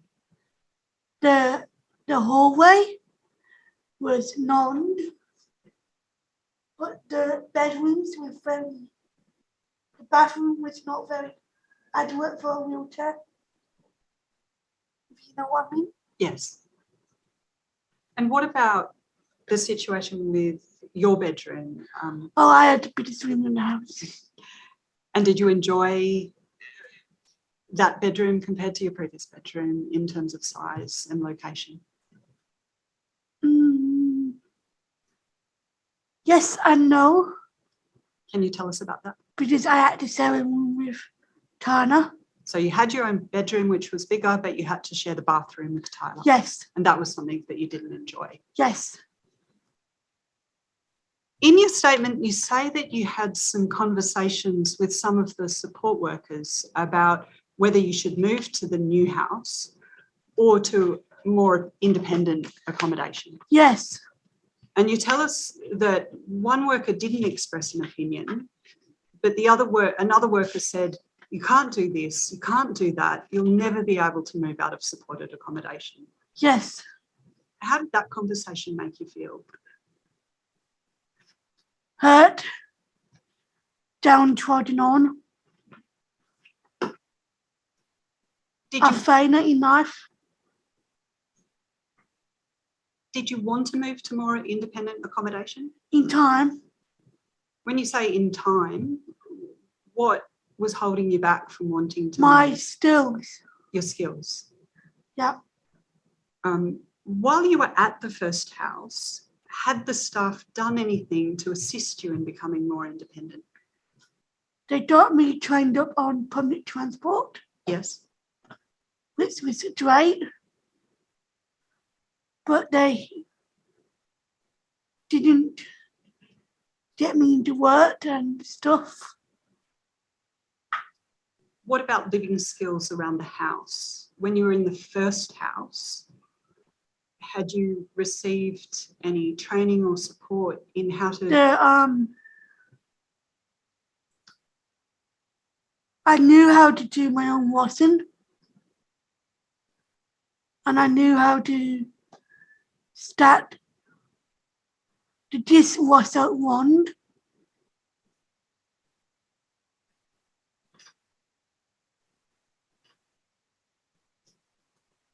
Do you want me to elaborate? Only if you want to. So you've told us about using the washing machine and learning to stack the dishwasher. Was that at the first house that you Yes. learned to do that? And did that also continue in the second house? Yes.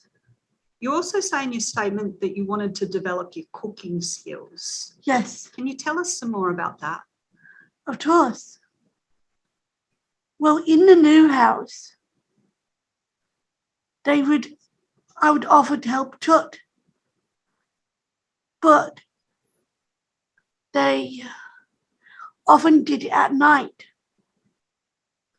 And then they would get upset at me for not helping out. So did you feel that over that time they didn't provide you with much support in learning how to cook? Yeah. So you'd offer to help cook, they'd do it the night before when you couldn't help, and then later on say you haven't been helping with the cooking. Yeah. Is there anything else about the support that they provided in teaching you to become more independent that you'd like to tell us about, or does that pretty much cover it? They didn't help me dress. Yes. They only had to help me 95% of the time. Perhaps if I could ask you about that now, could you tell us about an average day So when you I were would living wake in the up Lisbon? at say 7 a.m., 8 a.m. if I didn't have a wedding. Get in the shower or battle harder for the shower. And then come out, get dressed, get breakfast, and then get ready for the day. Like, get my prayers, go out for the day. So I might just stop you there. In relation to those morning activities, I think you've said to us that you needed help with getting dressed and help with showering. Yes. And that often the staff weren't available to help you Yes. with those because they were busy with Tyler and with Natalie. And did you say that sometimes actually one of the other residents, Naomi, would have to help you get dressed? Yes. Once you were... And she wasn't supposed to help me. That was supposed to be the support workers who helped you. Yes. What about getting breakfast? Was that something that you could do yourself? Or Yes. was that was something you could do yourself? Yes. Once you had got ready for the day, you were dressed and showered and ready to leave the house, what did you do to occupy yourself during the day? I would go downtown or go on the bus to Banana. And did you do those things by yourself or with support workers? By myself. And was that on the days when you weren't at the day program Red Ink? Yes. So on some days you'd go to Red Ink, where you participated in activities with that day program provider. Yep. And on other days you'd entertain yourself by going into town or catching a bus somewhere. Yeah. At the end of the day, if you'd been on your own, how would you get back to the house? Bus or taxi. And when you came back to the house, if you were on your own, were there other support workers or residents there? Yes. And then tell us about an average evening. Well, I would come home, depending on if I had money left, I would have dinner downtown or have the home cooked meal. And did you ever come back to the house earlier than the other residents? Sometimes. And if you came back to the house earlier than the other residents, what would happen then? I would have to wait. Why did you have to wait? I didn't have a key. So the support workers wouldn't give you a key? No. Can you explain to us any conversations that you had about that? Well, I actually asked, numerous of times for a key. But I said no, I would only use it. And so because you didn't have a key, what would that mean when you came back and the house was locked? What would you have to do? I would have to wait until 4:30. And then I think you've said that once every... That was at in the Genoa Bar House. That was mainly at the Gunnellabar House. Yeah. Okay. So did this happen at the Lismore House as well or not? No, Okay. because I had a tea. Oh, so you were allowed to have a key in the Lismore House? Yes. So in the Lismore House, if you came home early, you were able to get into the house? Yes.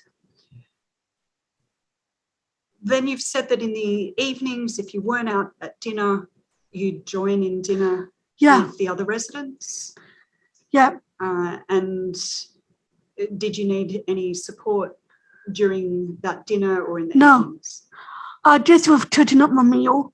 Cutting up your meal? Yeah. But that's it. And then what time would you usually get to bed? About 8:30. 9 if there's someone on TV. You've told us already a lot about the support that you received in the Lismore House. Yep. In your statement, you also tell us about an occasion when you had some epileptic fits during the day. Mm-hmm. Can you remember that occasion? Not really. Okay. You say in your statement that there was an occasion where you had some epileptic fits during the day, and then later in the evening, the residents went out with the support workers to karaoke. Do you remember that part? Yes. Can you tell us about that? Well, I had several epileptic fits from overeating.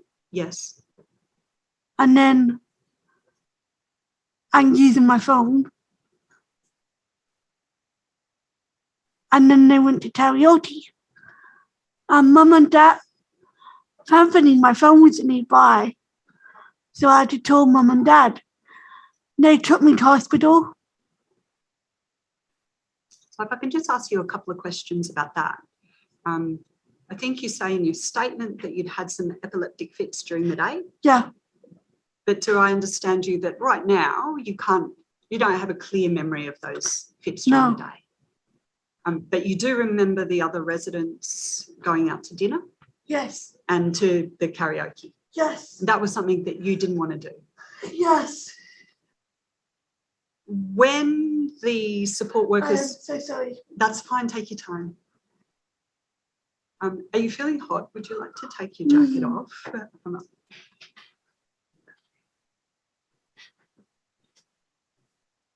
We can move the fan a little closer, I think. That might be helpful. Does that feel a little better? Yep. So you were telling us about the support workers took the other residents out to karaoke. That wasn't something that you were interested in? Yeah. When they went out to karaoke, do you remember whether they knew? Had you told them about the epileptic fits that you'd had during the day? And did they give you any information about what you should do if you continue? They just said to me, phone 000. Just phone 000. Yeah. And then when you had further epileptic fits over the evening, you called your mum and dad? Yeah. And they took you to hospital? Yes.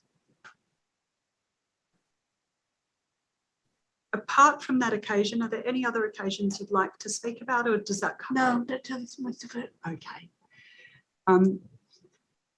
Was there anything else that staff did that would frustrate or annoy you?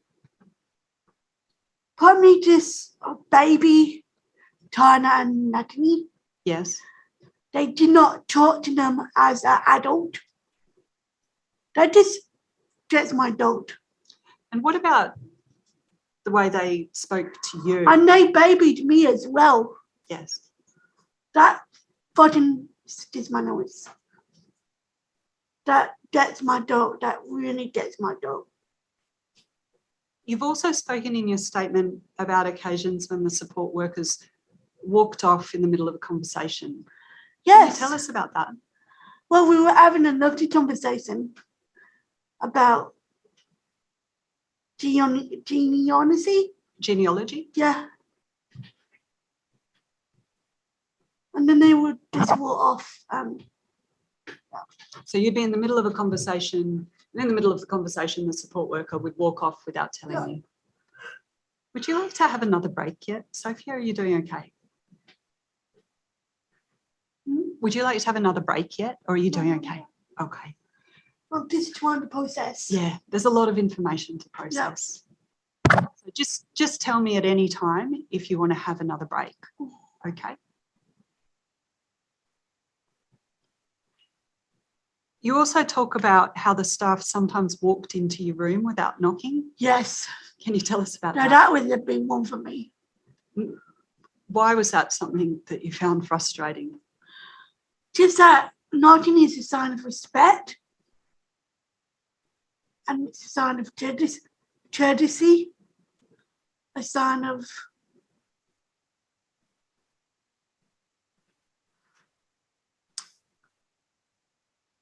courtesy, respect, and maturity.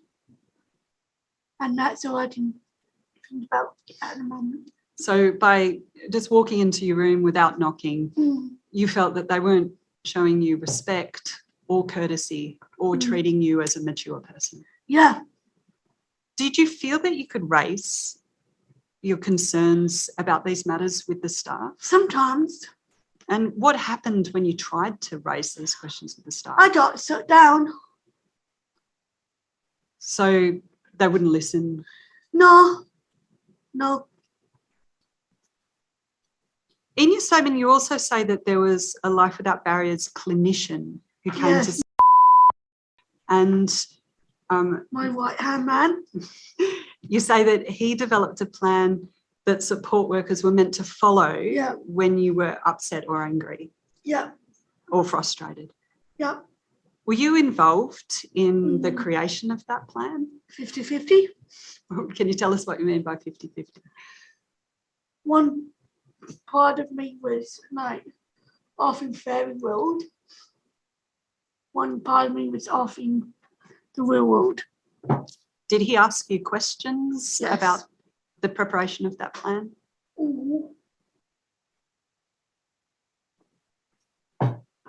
You say in your statement that there have been occasions when you've behaved in a way that you later regretted, and in particular, you mention that you lost your first job because of an incident where you got angry with another worker and hit the other worker. And this is at some employment that you were doing at the time. Yes. Why do you think you were feeling so frustrated at that time? I did not only tell her once, nor twice, nor 3 times, nor 4 times, nor 5 times, nor 6 times, nor 7 times, nor 8 times, nor 9 times, but 10 times to put her headphones on or turn the music down. And did you speak to the supervisors about that too? I did. And what happened when you raised it with the supervisors? They did nothing. So was that a time when you felt that you hadn't been listened or heard? Yes. And was that a part of what made you feel frustrated and angry? Yes. And were there occasions, I think you've said at the home, at the house in Lismore, where support workers also didn't listen to you? Well, the thing about that is they suspended me for so many months. Then they fired me. That's your employer? Yeah. Yeah. Now, if he does fire me just now and then. Don't let me hang him for so many months and then decide to fire me. It's better off just to fire me right now and then. Let me know. Because I'm a smart kid.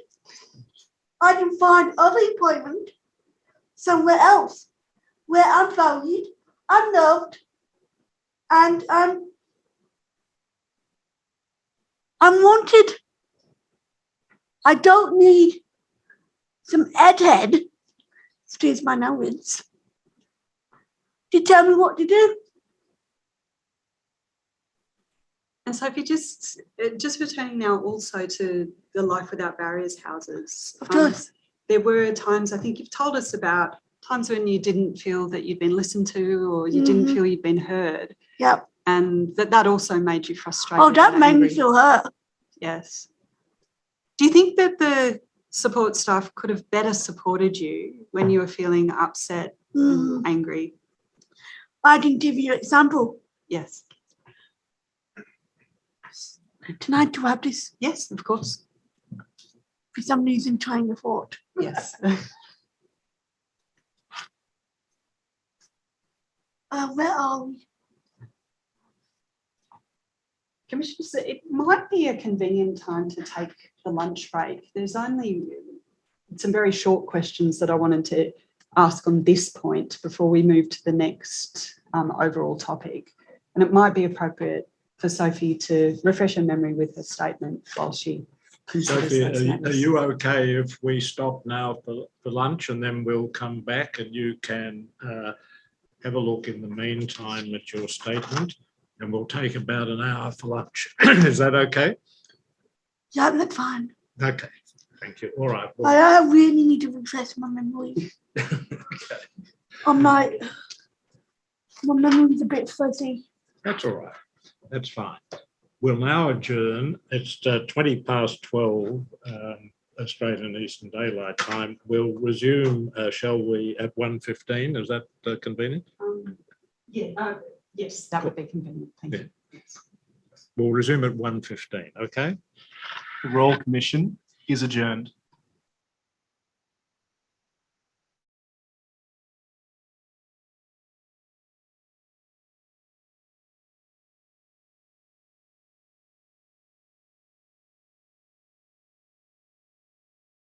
Royal Commission is resumed. Yes, Ms. Baker. Well, Sophie, I'll now ask Ms. Thank Baker you. to ask you some more questions. Sophie, just before the break, we were speaking about some of the support that your support workers gave you, and you said that you just wanted to check your statement to confirm that there was nothing else that you wanted to say about that. Did you have a chance over the break to have a look through that? I did. And is there anything else that you wanted to say? No. Okay, so the next thing that I want to speak to you about is some of your relationships. Of course. So I just want to confirm Go ahead. Okay, that you are comfortable. If you are uncomfortable at any time, just let me know. I will. Don't worry, I will. Okay. So in your statement, you say that you met your first boyfriend when you were 26 years old and he later became your fiancé. Yes, he did. And so you'd met him when you were children and then you met him again at Reading, is that right? Yes. And you say in your statement that you sometimes stayed over at his house? Yes. Did he ever stay over at your house? No. And why was that? I have no idea. Did you ask the support workers if he could Multiple stay there? times. And what did they say? They thought he was hindrance to Fud's Tate. That's okay. Just take your time, Sophie. Natalie, Naomi and Tana. So they said he'd be a hindrance to Natalie and Sophie. Yes. Did they give you any more information about why No. he'd be a hindrance? How did you feel about not being allowed to have him come over to stay the night? I felt hurt inside. Yes. And I felt, why?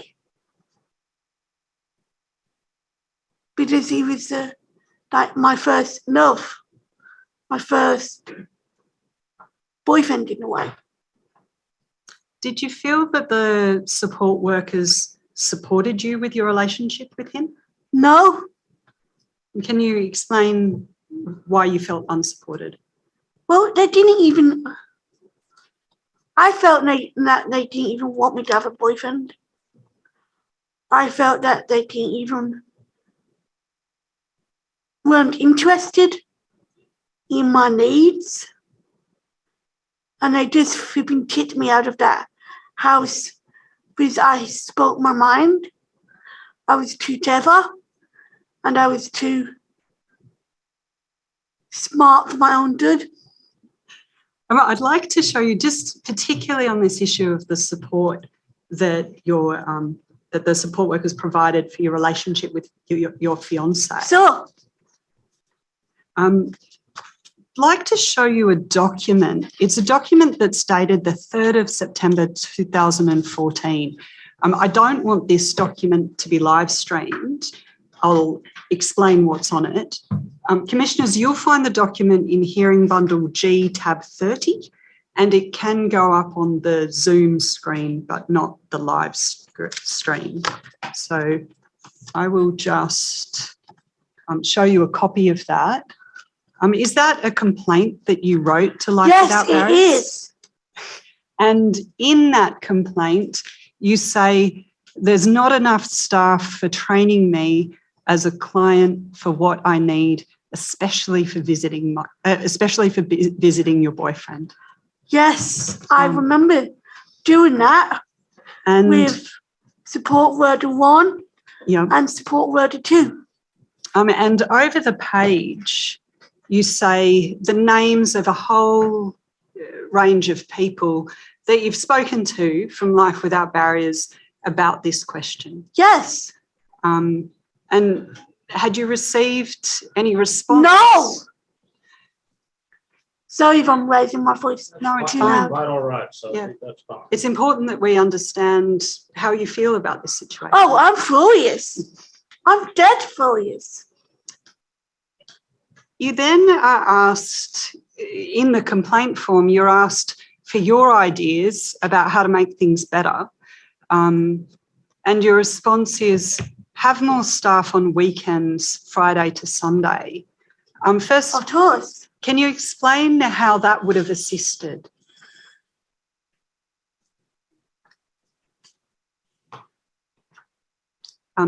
Why did you want to have more staff on weekends? So Naomi and I did do some shopping.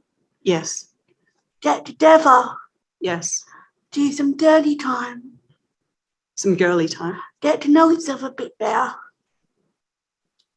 Bond. And there wasn't enough staff No. to help with doing that? No. And in relation to your relationship with your boyfriend, was there also not enough staff to help you get to his house? In No. Because he lived in Ballina. And if you've ever been to Lismore, it's a 3-hour trek to Ballina if you can't drive. And so it was very difficult for you to be able to go and see him? Yes. And he wasn't allowed to stay over at your house? Yes. After you sent this complaint in, did you ever receive a response to it? No. And how did it make you feel that you never got a response to it? It felt hurt. I felt hurt. Excuse me, Commissioner. The next thing I wanted to ask you, Sophie, concerns a period in time after you broke up with your ex-fiancé. Of course. After that breakup, you started using some internet dating websites? Yes. And you say in your statement that it was fun, but your main purpose was to find a boyfriend. Yes. That my parents would approve of. A boyfriend that your parents would approve of. Yes. What kind of boyfriend were you looking for that your parents would approve of? Either Muslim or Catholic. Muslim or Catholic? Yeah. In your statement, you speak about some of the personality characteristics. You say kind, thoughtful, any other kinds of characteristics like that? Very well educated. Yes. And I think you say in your statement, family oriented? Yeah. Was finding a boyfriend important to you? Sometimes. And when it was important to you, why was it important to you? Because that's what I grew up with. That's what you grew up with? Yeah. Did you speak to the support workers about wanting to find a new boyfriend or have a relationship? 50-50. And when you raised it with them, what did they say? They dumbed me down. In what way? Oh, you'll never be able to move out of home. You'll never be able to live independently. You'll never be able to get a job. And what about finding a boyfriend? Were they interested in helping you meet people, or not interested in that? Interested. I'm going to ask you a little bit more about this, but before I do, I'd like to ask you some questions about the sex education that you'd received. Of course. So again, if you're uncomfortable, let me know. Okay. Of course. Did you receive any sex education Very at school? minimal. Minimal? What kinds of sex education did you get at Like, school? how to make a baby. Yes. Like the sperm goes into the egg. But that's about it. And when you were with your fiance, did you speak to the support workers about any matters concerning sex education? Mm-hmm. Did Life Without Barriers, as far as you remember, provide any sex education? No. You say in your statement that you spoke to the Life Without Barriers clinician? Yes. And he was a male? Yes. Did he speak to you about sex education or cyber safety? Cyber safety. Cyber safety, but not sex education. And do you remember anything about that cyber safety education? Don't give out your address or proper name. And then anything else you remember from that, or was that the main message? That was the main message. What about Red Ink, the day support that you went to? Did they give you any sex education? Not that you can remember? No. And you just said Reading, not Red Ink. Thank you. Thanks for letting me know, Sophie. Red Ink is what I'm referring to there, isn't it? Do you think that you received enough support about sex? Hardly ever. Hardly ever? Not even at primary school. I never got sex education. So, and then when you were in the Gunnellabar and the Lismore houses, no sex education there as far as you can remember? They did do it at the Lismore House. Yes. With books. With books? But the pictures were so unlike real people. It was very hard to understand. So the sex education that you received in the Lismore House was with books? Yes. And you say not like real people, like childish books, cartoons? No, like the illustrations. The illustrations? Yeah. They were so like, how did I describe it? Like, the wheelchair was not like a wheelchair. Okay. The female was not like a real female.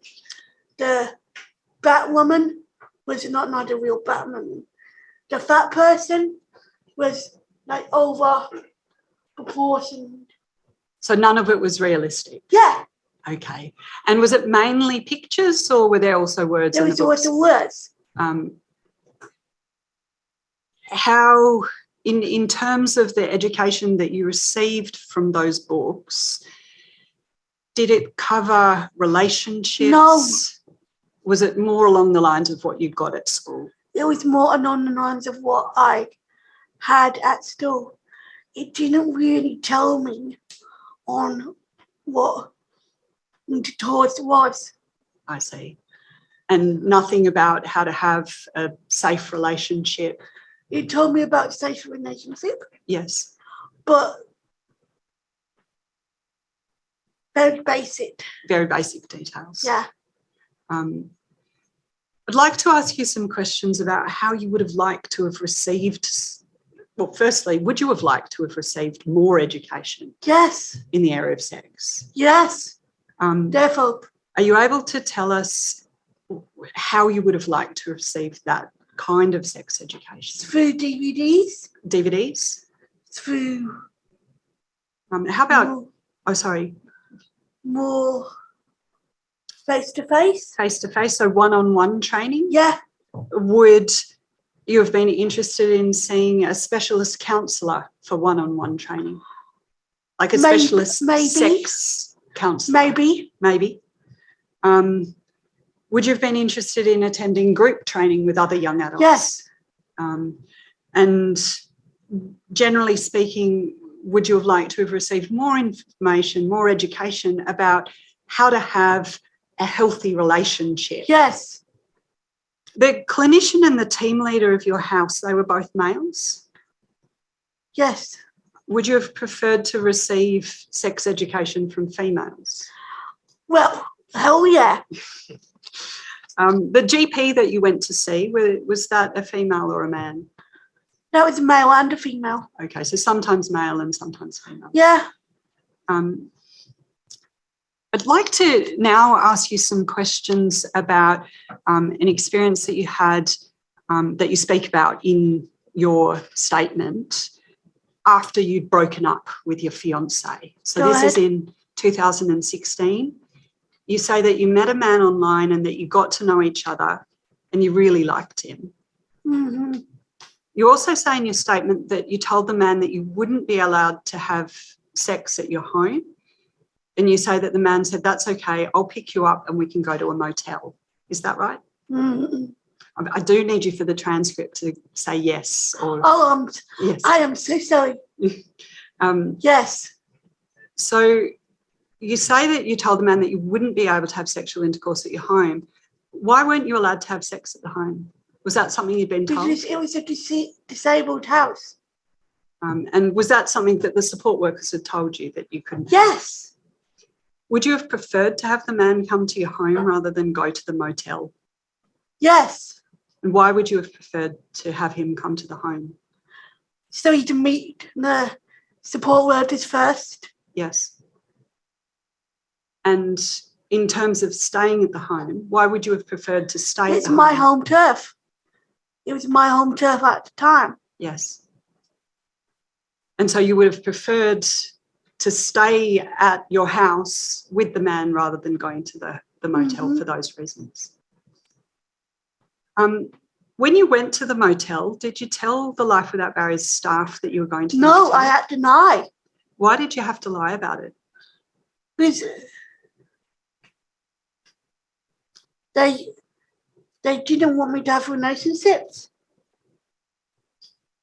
And when you went to the motel, you tell us in your statement that you did have sexual intercourse with the man? Yeah, and it was heaven. So that was consensual intercourse? Yes. And that was a good experience for you? That was heaven. After the experience at the motel, what happened then? Well, are you prepared for this? Perhaps just in general details. So I understand from your statement that your father came? My father came. Didn't he? I'll never forgive him for this. Never. So was that something that embarrassed you? Oh, yes. Okay. And then after your father came and you were embarrassed, he then took you back to your house? No. For a drink. He took you out for a drink first and then took you back to the house? Yes. Thank you. After you got back to the house, the following day you say that you got taken to a sexual health clinic? Yes. What can you remember about being taken to the sexual health clinic? Everything was fine. So they performed an examination to check that you were okay? Yes. Did they have any further conversations with you about sex education No. or relationships? No. In your statement, you tell us that at some point after you went to the motel with that man, the Life Without Barriers team leader drew up some rules about when visitors... They were stupid? They were stupid. If I could just show them to you. So Of commissioners, I'd like to pull up on the screen, and this can go on the live stream, the first version of a document. Just like we don't have to, if you're not comfortable, you don't have to answer any questions at all. So tell me if you're not comfortable, okay? So, so I'm sorry, I'm just being a bit dramatic here. So the document, Commissioners, is an interim safety plan dated the 10th of January 2017, and the rules can be found at Hearing Bundle C, tab 366. So, and again, let me know if you are uncomfortable speaking about this at any time, okay, Sophie? Of course. So looking at that document, is it a document that you remember? Yes, I remember quite clearly. You remember it clearly. Did the team leader or the support workers speak to you about those rules? Team leader. Team leader. And at the beginning of the rules, it says that you would like to be able to meet people at the house, as that's your home, and you would like to meet people on your own turf. Yes. Is that an expression of how you felt at the time? Yes. And then if I could just have the document so that you and I can both see it. It might be on your screen as well, I'm not sure. Could we have another document for Sophie?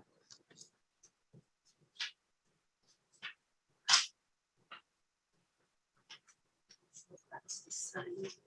No, that's the other one. It's the, I apologise. Thank you. Thank you. The rules say we have rule 1 that you will let staff know about any potential visits with as much notice as possible. Yes. And to make sure that it fits around other clients' schedules. Yes. Rule 2 is that you would like any staff who are on duty to meet the visitor on or around arrival. Rule 3 is that you'll then either go for a walk, sit outside, or sit in the lounge area outside your room if it will not interfere with Tyler's care. Yes. Rule 4 is that you, Sophie, will not enter your room and close the door with the visitor. And if you do enter the room with the visitor, you'll leave the door open. Yep. Now, what I wanted to ask you about is how did you agree with these rules? I did. What did you agree? When you say that you agreed, can you tell us what you mean by that? I actually signed a binding contract. Okay. Did you personally agree with them, or did you just sign that you'd agreed with them? I put 50-50. 50-50. How did you feel about the rules? To be honest with you? Yes. I hated them. Why did you hate them? Because I'm an adult. I'm not a kid. And these were the kinds of rules that you would expect if you were a kid? I'm a teenager. Yes. Like, come on. I'm not so a 23-year-old woman. So when you said earlier in answer to my question that you agreed with them, you agreed to agreed to comply with them. Yeah. But you didn't agree that they were appropriate rules. No. Okay. So then the next rule is if staff notice that you and your visitor. Sophie, would you like to have a little break at the moment? No, I'm all right. You sure? Yeah. Okay. Just let me know whenever you do, okay? Yep. So, Sophie, the next rule, and I should say the beginning of this says that it applies to male visitors. So the next rule, which is rule 5, says that if staff notice that you and your visitor are in your room with the door closed, you'll request staff on duty to knock, make sure you're safe, and suggest a walk or sitting outside. How did you feel about that rule? Similar? Hated it. Hated it for the same reasons? Yeah. And then rule 6, if further intimate action is planned, it must be off the premises and staff will be made aware of where they are going. Now, the first question I wanted to ask is that phrase intimate action, what was your understanding of what was meant by that? Kissing, cuddling. Kissing, cuddling. Yeah. Anything, kissing, cuddling and anything beyond. Yeah. How did you feel about that rule? Hated it. Hated it for the same reasons? Yep. Do you remember ever being shown a further version of those rules? No. You can't remember ever being shown? No. I would like to just show you a document which is, that can also be put on the live feed. It's a document of the 29th of June 2017, and it can be found in Hearing Bundle C, tab 367. So I'll just show you this document. This is a document, as I say, that's no longer entitled Interim Safety Plan. It's now entitled Safety Plan, and it has a later date on it. Is that a document that you can remember looking at it now?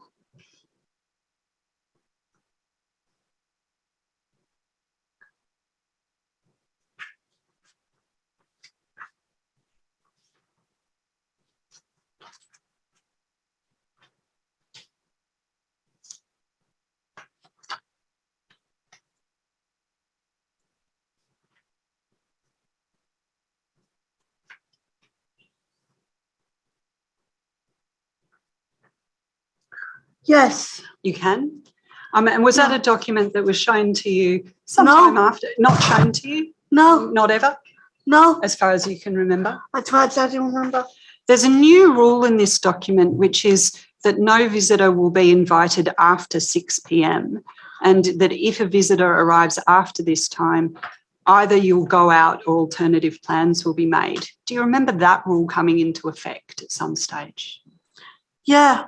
You do? And how did you feel about that rule? I hated it. And same reasons or anything in addition to what you've spoken about? Same reasons. So that it was a childish rule that didn't recognise your maturity. Yeah. Is there anything else that you want to tell us about the rules or about how you felt about the rules, or does that pretty much cover it? No, pretty much covers it. Thank you. Sophie, the next thing I want to speak to you about is that in September 2017, you tell us in your statement that you were sexually assaulted. That was 2018, sorry. Thank you. That was a traumatic event, and I'm not going to ask you about the assault itself, but if it's okay with you, I do want to ask you some questions. Of course. And again, if at any stage you want to stop answering questions, you just let me know. Is that okay? Yep. Thanks. So you tell us in your statement that you met a man online. And again, I do need you for the transcript just to say yes rather than nodding. And he was also from Brisbane? Yes. No. He worked in Brisbane. Okay. But he was actually... Okay. And at the time he was working and living in Brisbane, is that right? Yes. So he drove down from Brisbane to the house to meet you? Yes. And you say in your statement that he arrived at about 9 o'clock? Yes. And he wasn't allowed to come into the house? Yes. And was that because of the rules? Yes. Those rules that we've just spoken about? Yes. Did any of the support workers speak to the man when he arrived? Support worker 2. Spoke to the man? Yeah. And you don't need to say which support worker, just a support worker. A support worker spoke to the man. And after speaking to the man, was it agreed that you would then go and have some dinner with the man? Yeah. And you say in your statement that the man took you for a takeaway dinner and then took you to a public park where he sexually assaulted you. To a football park. To a football park. And after the assault, you were then taken back to the house and then taken to hospital. Yes, he drove me back to the house. He drove you back to the house, and I think one of the support workers got his number plate? Yes. And then... Which I thought was very nice of them. And then you were taken to the hospital? Yes. And you remained there a couple of days? Yes. Did any of the support workers come and visit you in the hospital? No. How did that make you feel? Hurt. Upset. Angry. And when you returned from the hospital, how did the support workers treat you then? At first, they were very warm to me. Very, open arms. And then they turned really sour towards me. And the man who sexually assaulted you, you understand that he was charged? Yes. And he was ultimately found guilty? Yes. And he was imprisoned? Yes. But when you first came back to the house after leaving the hospital, he told you, you were told that he pleaded not guilty and that you might have to give evidence. Actually, no. We took a plea bargain. Okay, so there was a plea bargain at a later stage? Yes. So, but when you first, in that early stages, you thought you'd have to give evidence at the trial? Yes. And how did you feel about that? Were you anxious, apprehensive? Nervous. Nervous. Scared. Vulnerable. Upset. Sad.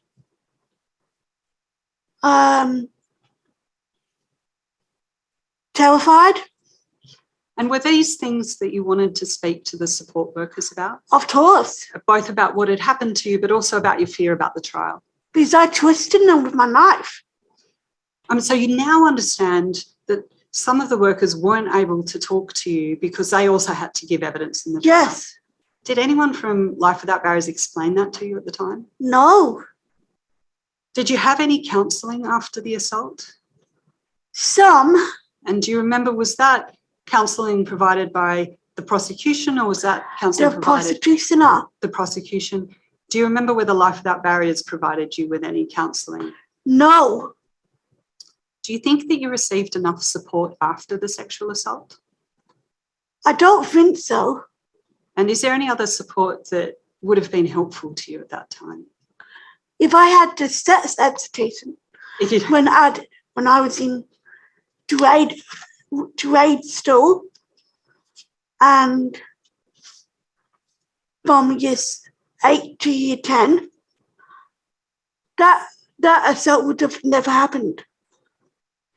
So the sex education was something that you felt that was lacking? Yes. And also in terms of the support after the assault, would it have helped to get some more counselling besides what the prosecution had provided you with? Yes. You've said to us that you were anxious about giving evidence at the trial. I was nervous as hell. And in March of 2019, you were taken to the courthouse? Yes. How were you feeling when you came back from that? Well, I went shopping afterwards. And then I came home and I wanted to speak to one of the support workers who completely ignored me. And how did it make you feel when she completely ignored you? I felt really hurt, really saddened, really defeated. So I swore, didn't I? So you swore, and then there was an incident with some of the support workers that you now regret. Is that right?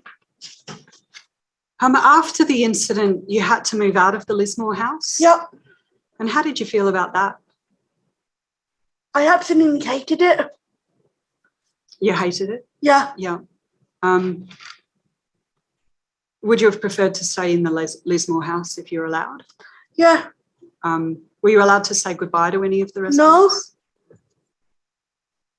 Was that something that you would have preferred to have done? Yes. You say in your statement that you tried a couple of other houses and that some of them didn't work out, but eventually you found a house that you enjoyed. Yep. And that's with a different service provider? Yep. Are you happy in the new house? Mm-hmm. And can you explain what it is that makes you happy about this house in comparison to the Lismore House? In the house where you are right now. Oh, okay. It's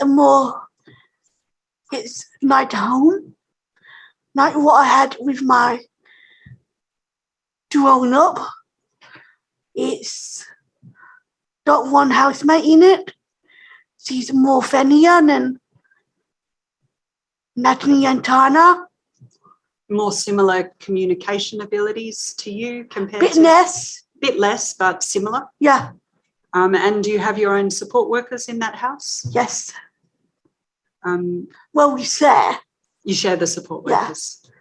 But she's well read. She's well read? It's just something I like. So you like to be able to speak to her about reading books and books that you both enjoy? Papers. Yes. Does that pretty much cover it? Or is there anything else you want to talk to us about? We both like swimming. Yes. We both like Dr. Phil. Yes. We both like current affair. So you share a lot of interests in terms of movies and TV and books that you can speak to her about. Yeah. And that improves your life Yes. living in a place that's very much your home. Yes. In comparison to Lismore. Yes. You also say in your statement that you had a recent NDIS planning session, which you say wasn't a good experience. Can you explain why? The guy on the phone didn't know what he was talking about. When you say he didn't know what he was talking about, do you mean he didn't know the NDIS or he didn't understand you? About the NDIS. He didn't understand the NDIS. And what about his communications to you? Did he speak to you or was that mainly done through an advocate? It was mainly done through an advocate. Okay. I'd just like to finish by asking you what advice you have for life without barriers and service providers like them. Just make sure you actively listen to your clients. And make sure you actively listen to the support workers in training. And make sure you really have their best interests at heart. Because you never know when an incident like what I've been through will happen again. Thank you and good night. Thank you so much, Sophie. It has been a real privilege to speak to you today. I think some of the commissioners may have some questions to ask. Is it okay with you if I ask Commissioner Galbally and Commissioner McEwen if they have a question or two? Of course. Okay, well then I'll start with Commissioner Galbally and ask if she has a question for you. Of course. Thank you, and thank you so much for your evidence. Is two people easier to live with, just two of you compared with four? I think two people is easier to live with. Because if you live with four people, it gets too overwhelming. Too many dynamics in the household. Yeah. And did you have a bit of a choice about the woman you currently live with? No. No choice. Okay. Okay. Would you have liked to have had a choice? Yes. Defo. Yeah. Thank you. Thank you. Commissioner McEwen. Thank you, Chair. Sophie, thank you. It was very important to me. You want me to pause? Can you understand me okay? I can understand you. Yeah, thank you. Sophie, thank you. Thank you. It was so important for me to listen to what you had to say. I have one question. What are your hopes for the future? Now, Commissioner Galbally asked about your current, where you live. What about employment, working, anything? What hope do you have? My eyes on. Sophie, it might be easier if you... Okay. Because there's people Can I speak and see signs? Yes. Okay. Yeah. Sophie, if I can ask you to answer the question to Commissioner McEwen. Yeah, and I'll watch the interpreter. Yeah. In 5 years' time, I would like to work for you guys.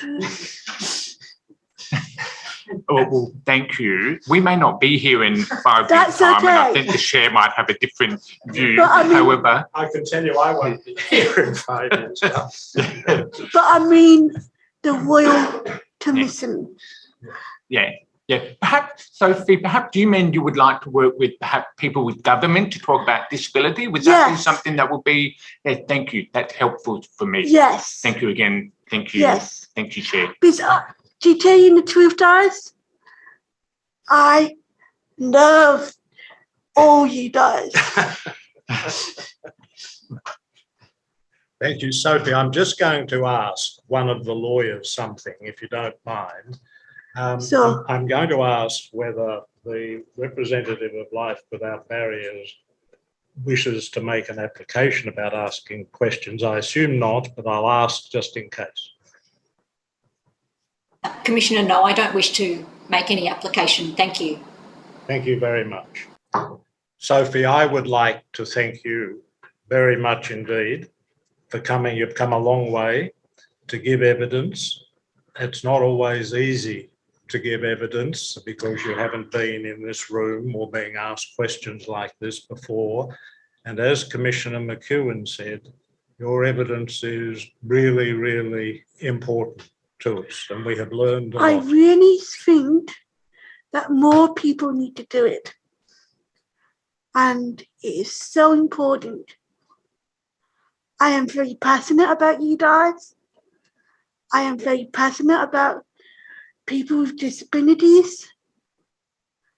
It just warms my heart to see all you guys doing the best to your abilities, to helping people, and so forth. And I mean that. Sophie, that is the best thing you could have said to us. So thank you very much. It's been a real privilege to hear your evidence today, and we all wish you the very, very best. Thank you again. Thank you. It might be convenient to take a short agenda. Yes, how long do you want? 15 minutes, if that's suitable. Okay, well, we'll resume at 2:15 Eastern Daylight Time. Chair. The Royal Commission is adjourned.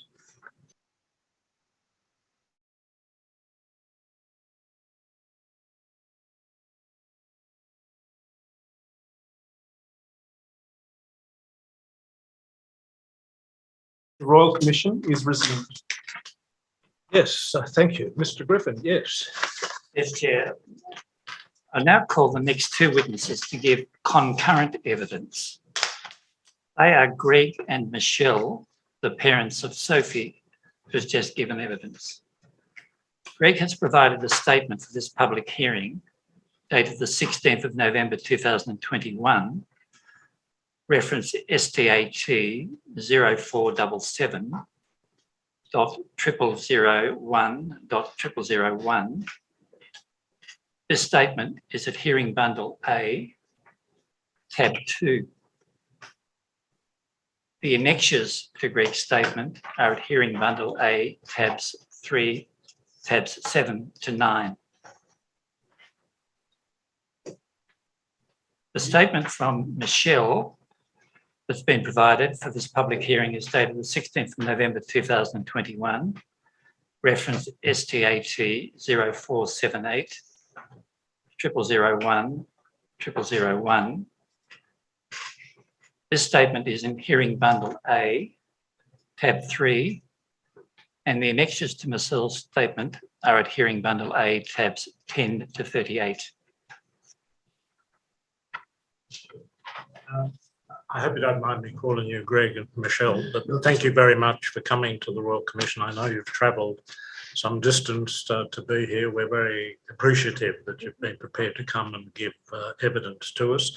I will ask my associate to administer the oath to you, and if you will be good enough to follow his instructions, please do. I will read, Michelle, I'll read you the oath. At the end, please say yes or I do. Do you swear by Almighty God that the evidence which you shall give will be the truth, the whole truth, and nothing but the truth? I do. Greg, I'll read you the affirmation. At the end, please say yes or I do. Do you solemnly and sincerely declare and affirm that the evidence which you shall give shall be the truth, the whole truth, and nothing but the truth? I do. Thank you. Thank you very much. Just so that you're aware, you may already be aware of where everybody is.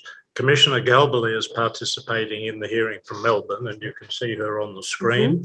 Commissioner McEwen, I'm sure you know, is on my right in this room, and Mr. Griffin is also in the room, and I'll now ask Mr. Griffin to ask you some questions. If at any time either of you feel that you would like to have a break, please let us know. That can be done without any difficulty. Can I begin with a formal question, Michelle? Do you tell this commission that the contents of your statement are true and correct to the best of your ability? Yes. And can I repeat the question to you, Greg? Are the contents of your statement true to the best of your ability? Yes. Greg, how many children do you and Michelle have? We have 3 biological children and 2 adopted children who we adopted during their adulthood. And Michelle, what's been your work during your career? I'm a child protection caseworker. And how long have you been doing that type of work? For I think this is 16 years now. And Greg, what was your area of employment? And my major area of employment was as a university lecturer in the field of information technology and computer science. And can I ask you each in turn to tell the commissioners about your daughter, Sophie? Would you like to go first? Yep. Sophie is a very strong, self-willed individual. She's quite a character that you've obviously have witnessed. She was born at 25 weeks gestation, one of twins, and she wasn't expected to live the night. And they said if she did survive, there was a 20% chance of survival. So unfortunately, her twin died after a few weeks, 5 weeks. But Sophie, she was a fighter. And she fought from day one to the point where she was pulling her oxygen tubes out. And the paediatrician said if she's strong enough to get that out, she's strong enough to breathe on her own. And that's how she's been for her entire life. Not only does she have left hemiplegic cerebral palsy, she's an epileptic, she's also partially sighted and has done a lot of work with the dogs, I'll see in a moment. Anyway, with training, with the, and also she's hard of hearing and requires hearing aids. She's got a great sense of justice and will advocate for anybody that needs someone to advocate for them. She hates to see someone being belittled or put down or hurt. And Greg? Yes, I'd support all of that, of course. I think she's effervescent and charming and intelligent and accomplished, very accomplished to the extent that her disabilities and her difficulties in her life have prevented her from doing certain things. Prevailed, and she's fought to do the things that she wants to do. Recently gone back to horse riding. She's recently gone back to swimming, activities we thought had been left in her late teens, but through her new position where she is happy and well looked after, they've reintroduced these activities to her. Greg, can I ask you to do your best? And I know it's difficult to use the name Sophie. Yes, I do apologise. Same way that I'll endeavour to keep calling you Greg. Sorry, I do apologise. Based on your experience of living with Sophie, what in general terms are the sort of supports that she requires? Sophie requires assistance, basic assistance with personal care, showering, bathing, that sort of activity. Sophie requires assistance in adequately dressing herself. Sophie can make an attempt at dressing herself to a certain extent, but oftentimes the result of that is inadequate dressing, or dressing in the sense of tops inside out or back to front, something of that nature. Issues putting on shoes, even brushing her hair is difficult for her to do. She needs support. Sophie could not be a good cook. Sophie can make toast, cups of tea and the like, but nothing more sophisticated than that. Sophie needs help to manage her financial affairs. Sophie can handle money to a certain degree. She can hand over notes and accept change. She can usually figure out when a price is required to buy something. She hands over the notes which are above that particular price and takes the change, to the extent that she has handbags that are full of silver because she keeps employing that particular trick. But in terms of medium to long-term planning with her finances, Sophie can't handle that aspect of her life. Sophie likes to, when she receives her pension, I've finally got her to simply take out half in the first week and half in the second week of her pension, but that doesn't always work. Sometimes she takes out at the ATM all of her cash and leaves herself short towards the end of the second week. So that's partially in the nature of her capacity. Would you like to say anything else about how she needs supporting? Around the dressing in particular, she can't use her left hand to get herself dressed. So often, she can't pull up her underwear on that side of her body, or and the same when she's grooming. She has difficulty doing anything on the right side because she's got limited use in her left hand. She needs support in explaining things to her when she doesn't understand what's about to happen. It needs to be really explained to her because she does have extreme anxiety.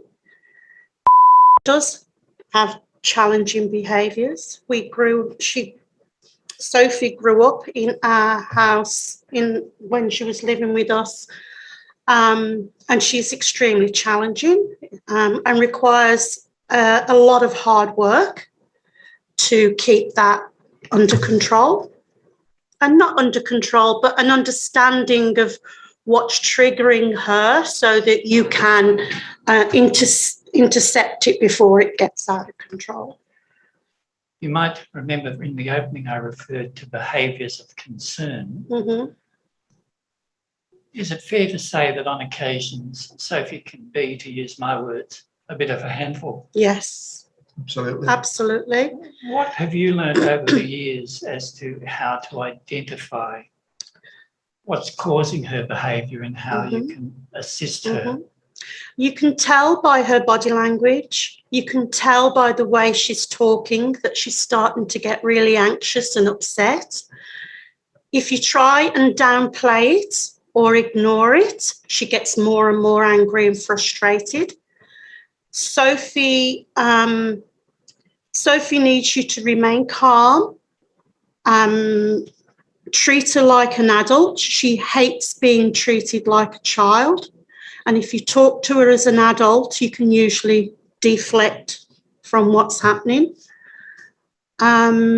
She goes into the fight or flight mode when she's anxious. So she'll either come out fighting or she'll run.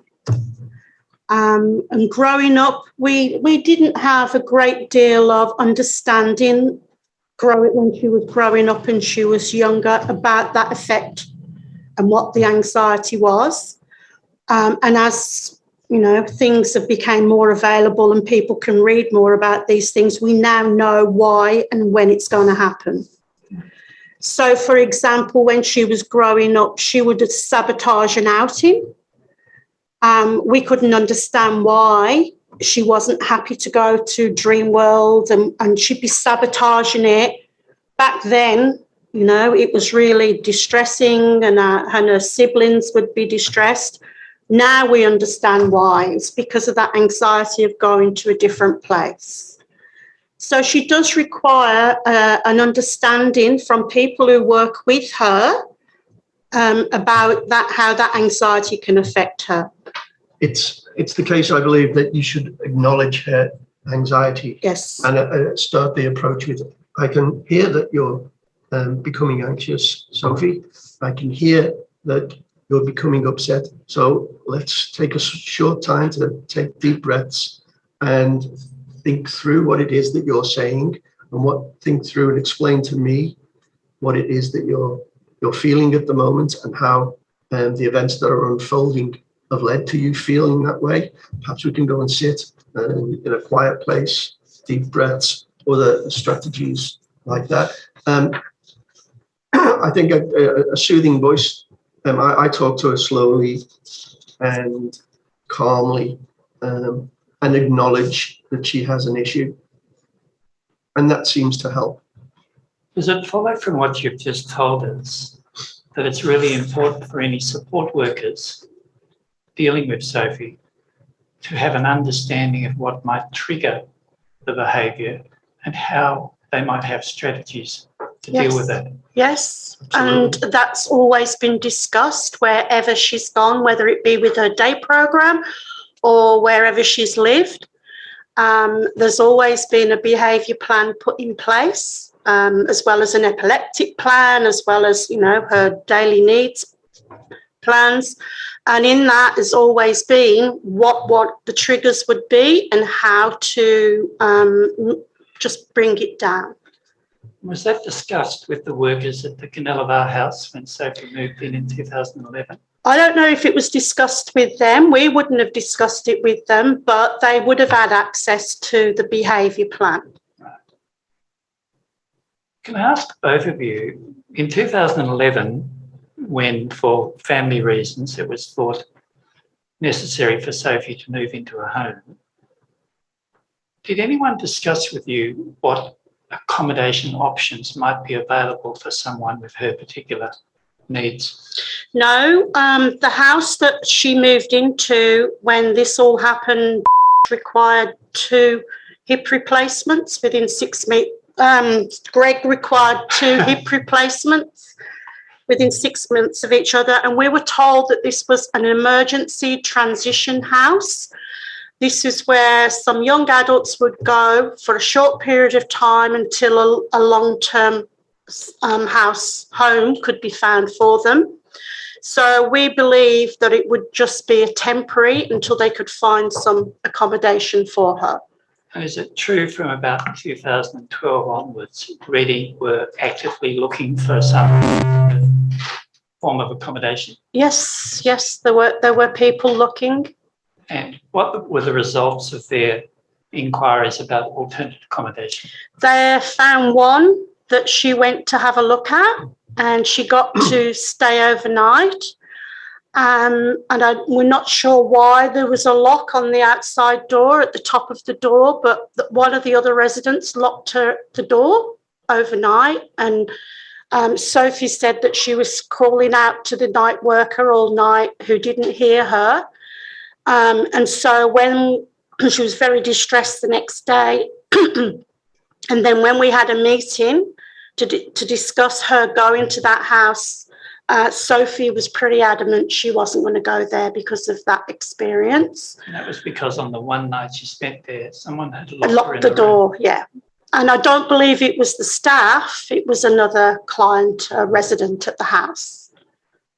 So Sophie was pretty adamant she wasn't going there. And so they then said, okay, well, they would, look for something else. It's very limited as to the accommodation where we live. Red Ink at one point did have a vacancy come up, and we got to go and visit it, and we thought it was pretty good. It was not far from where we lived. But other management at the Red Ink said that Sophie wasn't a suitable candidate to go to that house, and they didn't give the okay for her to move there. So as things started to deteriorate more, we said, well, we're going to have to widen the field. We'll go from Tweed to, and that's when some accommodation started to become available. So you looked in the whole region over a period of years. Mm-hmm. Yes. Let me take you back to moving into the Canelabar house. You said that was meant to be emergency accommodation. Mm-hmm. Do you recall Natalie and Tyler moving into that house? Yes. Only in the sense that we were told that they had moved in. Well, I was going to ask you, was there any consultation with you before 2 new residents were introduced to the house? No. No. Was the first time you found out about it once they had moved in? Yes. Would you have preferred to have a discussion about whether or not those were appropriate people to moving into the house? I don't think a discussion about whether they were appropriate. It was an emergency transition house, so they were only going to be there for that temporary time as well. Right. It would have just been nice just to be informed that we've got new residents and just maybe a little bit about them. We knew Natalie from when she was about 2, so we knew her. We didn't know Tyler. And I just think that maybe it was a bit more courteous for them to have informed us that they were getting new residents and this is what it's going to look like. And perhaps we could have talked to Sophie about it too. Yes. And talked her through some issues that she may have had about the new Can I residents ask you coming in. this? When you're talking about they might have told you, who are you referring to? Life Without Barriers. At that time, you were dealing with Life Without Barriers? Yes. Yes. Was it the case that Natalie and Tyler had higher support needs than Sophie? Yes. Physical needs, yes. And did that have an effect upon the support provided to Sophie from your observation? Yes, it did. Our observation, yes. In what way? Well, we were aware that she wasn't getting the support in the morning to get dressed. So we'd bump into her in the street and she wouldn't be wearing a bra. And when we asked her why not, she says, because the staff haven't got time to put one on me.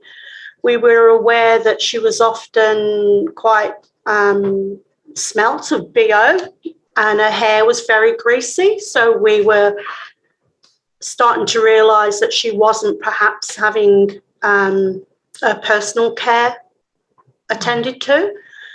And she would just say things like, they haven't got time for me. Did you raise that with the LWB staff at the house? Yes, we did. We talked to them about it and said, this is unacceptable and why is this happening? In a conversational way rather than in any formal complaint sort of way. Why is this happening? And we would talk to the frontline staff and the manager at the time. And honestly, I can't remember the to and fro of the conversations, but it was clear. There were several times we raised this with Life Without Barriers. The staff would often say to us, we just don't have time. And then arrangements were made for Naomi, one of the other residents, to help Sophie dress in the mornings, which was not ideal because she was having to put shoes and socks on her. She was having to help her with her bra, straighten herself up. And then when the times when we'd bump into her and she still hadn't got a bra on. We'd ask Sophie, well, what's happened? And she'd say, oh, no, Naomi didn't have time this morning.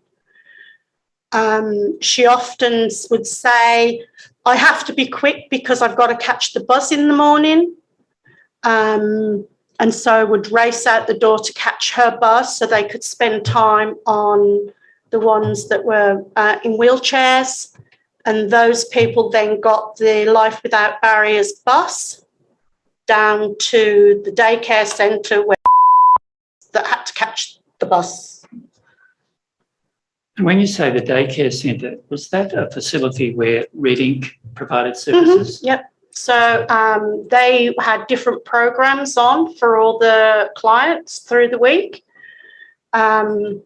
It's got a central place in Lismore, and then there'd be activities at different places. What sort of activities was Sophie doing under the auspices of Red Ink? Initially, she was doing quite a number of things. She had about 4 half days a week where she was doing activities, and she would do drama, signing choir, she would do art. There was lots of different things, community participation where she would go around op shops, some group activities because they'd pool the money so they could do have a whole group of people. Once the NDIS came in, that was then reduced. She got less funding, and because they couldn't pool the money anymore, she was, I think it was 2 times a week she had an activity. When you use the expression pool the money, what do you mean? Well, before NDIS, they would, all the clients would have some money allocated, and then they would run a group so that the cost of it was divided around the group.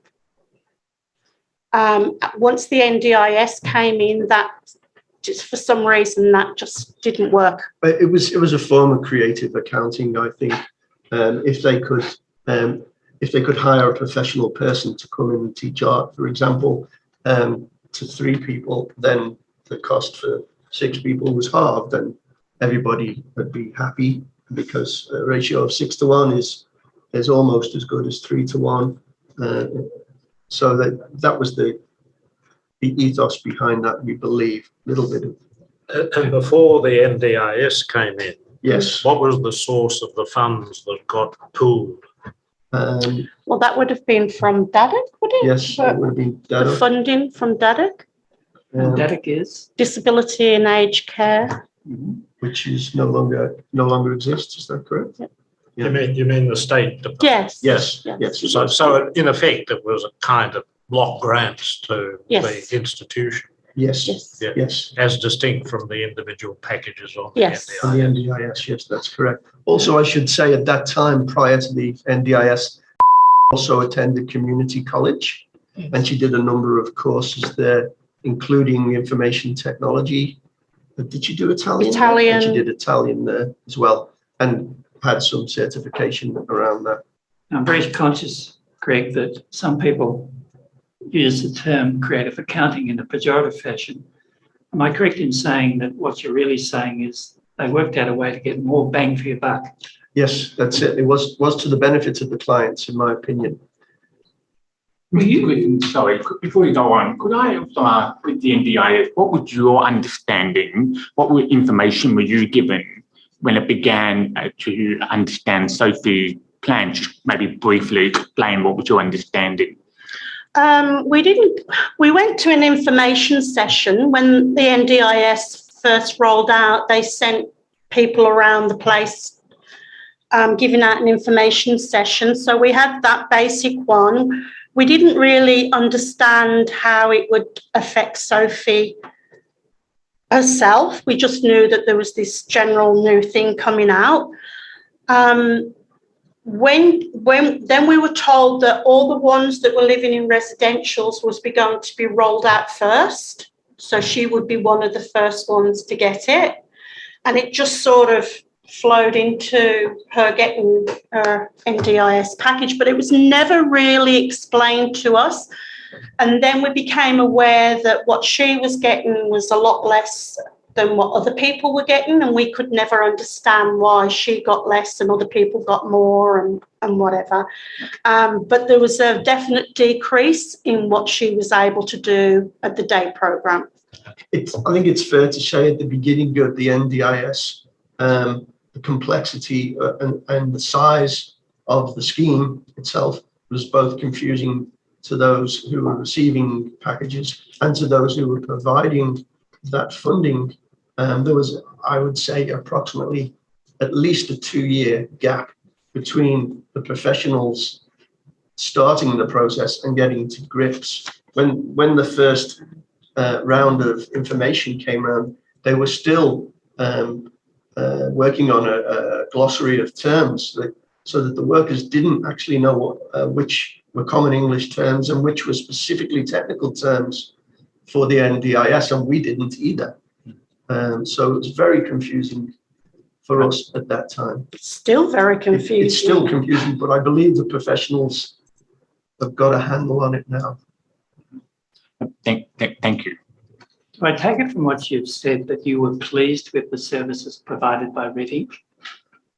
Initially, yes. Yes. She was always happy initially with Reading. Yes. So what was good about the services initially? Because the service was very client focused. They tried very hard to meet everyone's individual need. You would have a meeting of what you wanted to do that year and how that would work. So initially, yes, and the staff that she had, I think, were very client focused but experienced. But then as the service grew and the funding changed and turnover of staff, there started to be a few hiccups. Can you remember in what year that change emerged? It would have been when she moved to the to the Lismore House, was roughly when the NDIS came in, wasn't it? Just before. So, I don't know, 16, 17. And before I leave Reading, is it the case that they supported Sophie both in relation to forming relationships and also in the time of the breakup with her fiancé? Mm-hmm. They were very supportive of her. And when she did break off with her fiancé, they facilitated a meeting where he had a support worker, she had a support worker, and she could tell him why she no longer wanted to marry him and was able to give him back the engagement ring. And then they were separated and the support worker supported each. And did that make that time easier for you as well? Yes, it did. Yes, it did. To know that our understanding is that was handled very well and sensitively, and that and it was well done. Sophie did it. Sophie handled it really well too. Apparently, the gentleman yelled quite a bit at her and was really quite nasty. And she just stood there and said, "Look, mate, I just want to be friends. I don't love you and I just want to be friends," and walked away. And they gave her lots of praise. And then they gave us the feedback afterwards that they were very proud at the way she'd managed the situation. Michelle, it sounds like a model of how to do it well. Yes.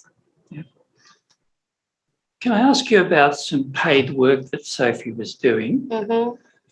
I understand that she was at a workplace where she was putting cards in envelopes and packing needles into boxes.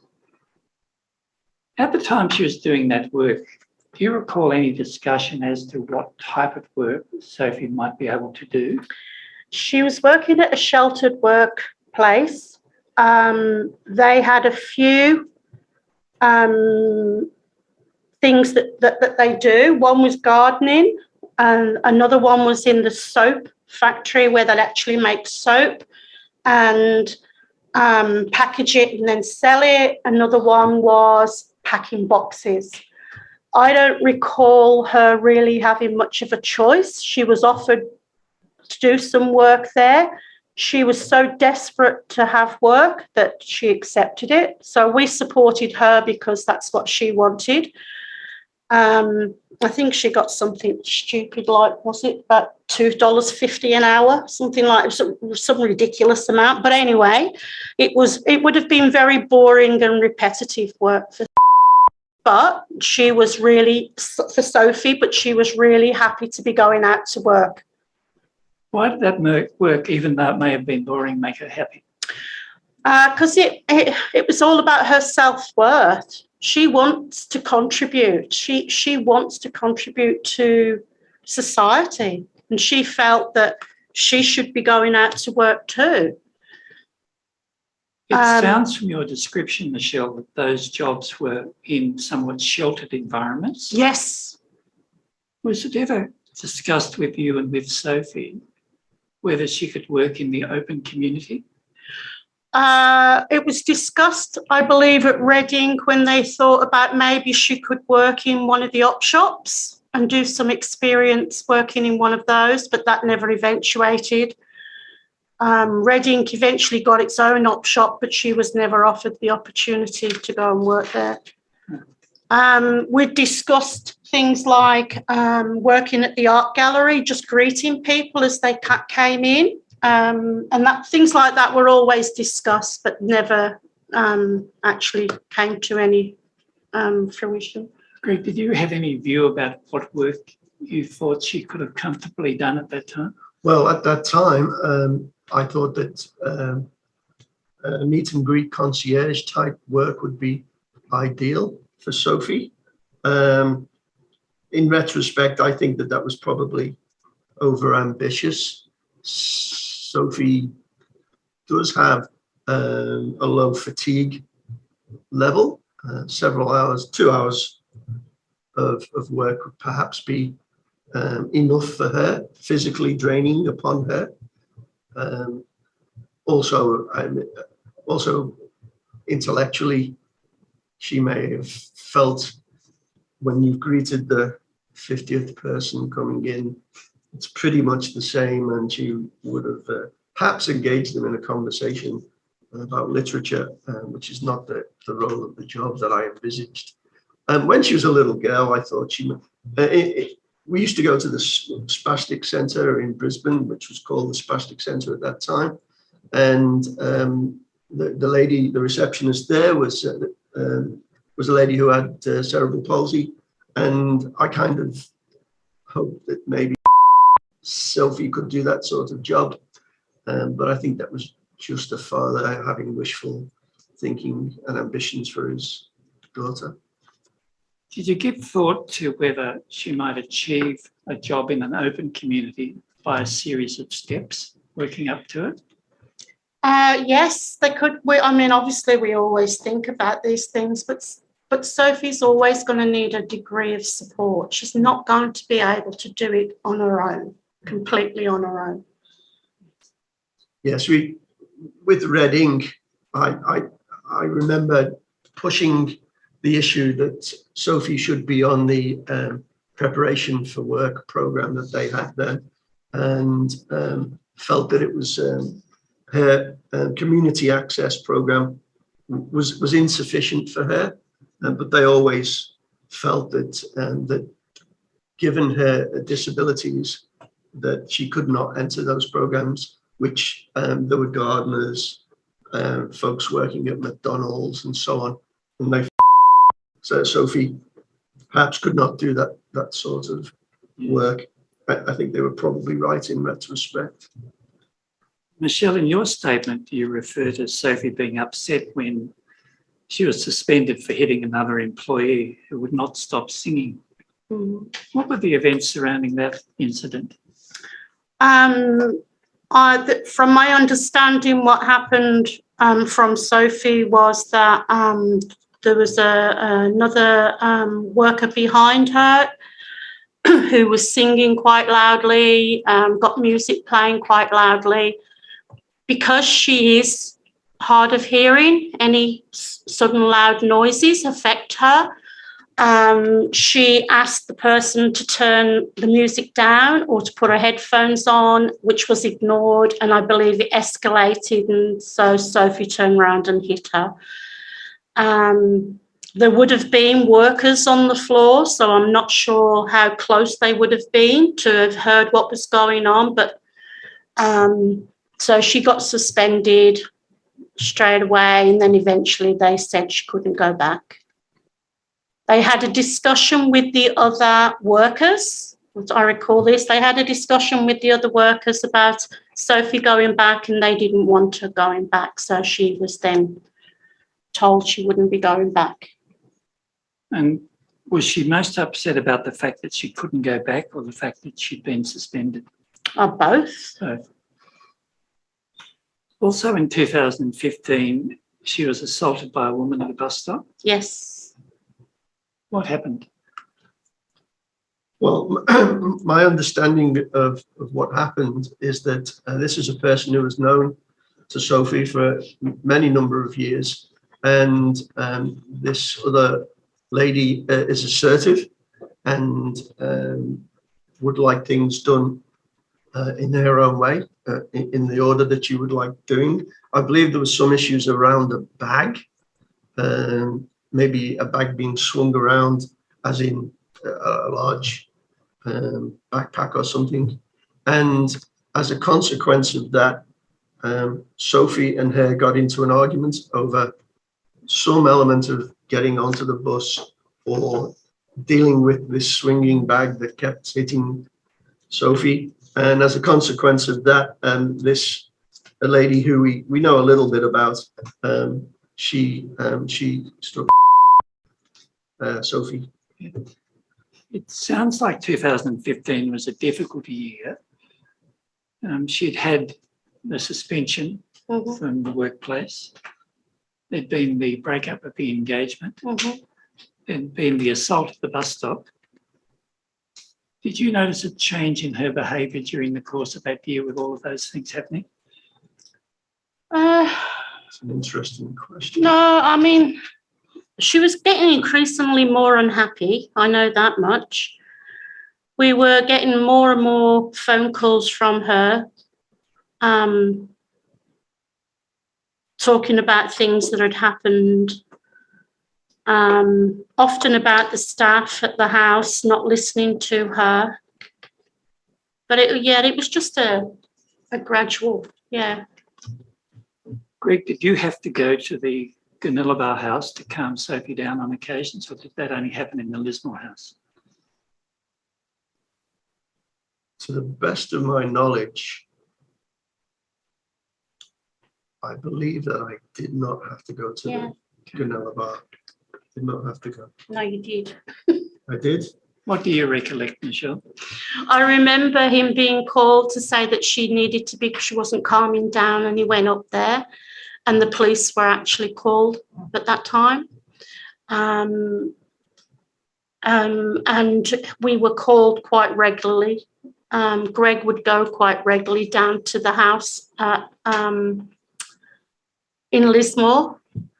There were times where they would phone up, and we would be able to calm her down over the phone, so there wasn't a need for us to go down, but Greg would go at times and just deflect the situation. Sometimes we would just take her out, other times we could just do it and then just leave. When you went to the house and calmed Sophie down, were the staff members interested in seeing the techniques or the methods you used to do that? No, they just left us to our own devices. And I suspect they just thought, well, Dad's here, he'll deal with it. And did that become more prevalent when she moved to the Lismore house? Yes. And was that because you lived very close by to the Lismore house? Both houses were roughly the same distance. The distance was not an issue.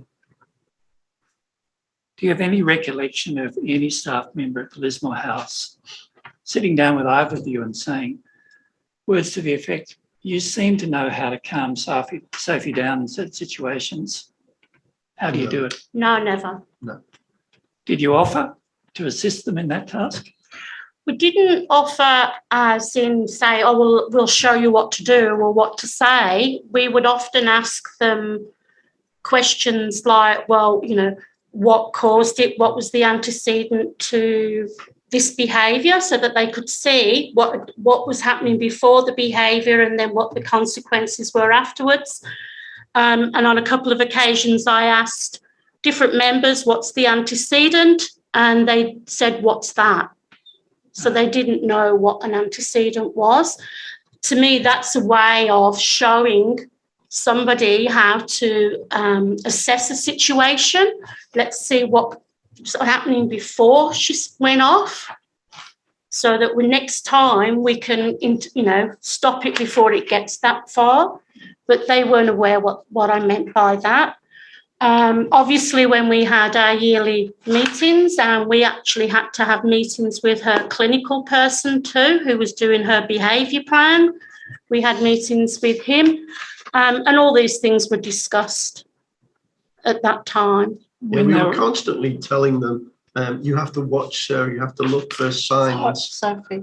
that she's unhappy. And the key thing is she must not feel as though she's being ignored, and she must not feel that she's being demeaned through that being ignored. When you said that during the preparation of the plans, was that noted down? Well, it should be. You would hope that they would put that in as part of their training for their staff. I went to the manager at Life Without Barriers to the office in Alstonville at one time to discuss her escalating behaviours, and I actually showed him on a piece of paper her level of what people's anxiety is and how the anxiety can go up a little bit and then back down again to a base level and up a little bit, and how hers goes up but doesn't quite come back down to that base level and just keeps going until it peaks. And he took that from me and he said that you know, that's good for staff to know, and he took that piece of paper off me. But these are people that are working with adults with disabilities. They should know this is simple. This is, you know, ABC training. You know, it's that they should have had this right from the beginning. When they start working there, they should have been familiarised with the behaviour plan, given the profile of the person. When they do handovers, if there's been something that happens in the morning, then the afternoon person needs to know what's happened in the morning so that they can look out for her escalating. But we felt there was nothing like that. Can I move on to the Lismore House? That was a brand new facility. Yes. Mm-hmm. What hopes did you have when Sophie and others transferred to Lismore? Extremely high hopes. High hopes born in the first instance out of a purpose-built facility. It was clean, new, purpose-built. The bathrooms were all wheel-in bathrooms. There were breakout spaces. We've heard perhaps in testimony that the corridors were narrow. That's not my recollection. They're certainly wide enough to turn a wheelchair in, if not get two wheelchairs side by side. So there's disagreement here. I disagree with that. We could always put a rule over it. So in that, and there's a lovely garden too. So in that context, that fills one with expectation, the new house, the new car, the new present. I was expecting and hoping that beautiful environments would foster a better lifestyle. We went from a really old house at Canella Bar that was, you know, built probably in the 60s, that was run down, it was mouldy, it needed total renovations done in an area that was really not safe. There was a lot of problems in the area, so there was no way that we would feel safe about Sophie going for a walk outside the house up at Canella Bar.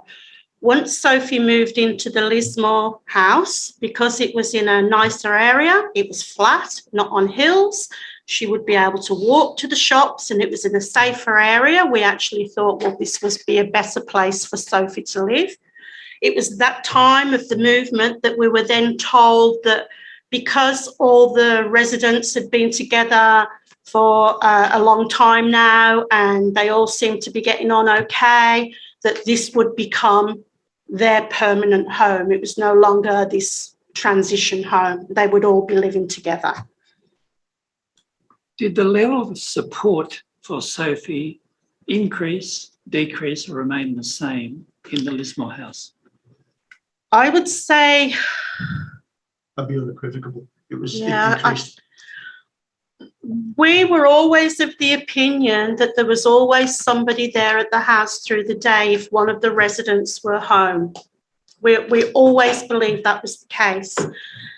It was later, especially after the assault on that the sexual assault on Sophie, the actual fact somebody left when they all left to their programs in the morning and someone didn't come back until the afternoon shift. So if Natalie or Tyler were at home, there was always a staff member there. If Naomi or Sophie were at home through the day, there was no staff member there. Do you want to add something, Greg? Well, no, that's exactly the situation that we found. It became clear in the Lismore House that this situation was taking place. It may well have been the case in the Gunnellabar. We don't know. We didn't have that information. Did the staff from Gunnellabar move across to Lismore? Yes. Same staff? Yes. Michelle, in your statement, you refer to poor communication between staff. What do you mean by that? Well, like I said, with handovers, I don't think handovers were done very well. So someone in the evening staff on the evening shift may not know something that happened in the morning. Did you believe that because you spoke to staff from time to time and there seemed to be a different level of knowledge about Sophie? Absolutely. So for an example, Sophie's hearing aids wouldn't be charged. And we were told, well, we haven't been trained. So Greg had gone down to train staff who were on at that time how to charge her hearing aids. And they didn't then show another person how to do it. So if the people that he saw, if Greg saw, were on, they were charged. But if it was others that who hadn't been there at that time, they didn't charge them.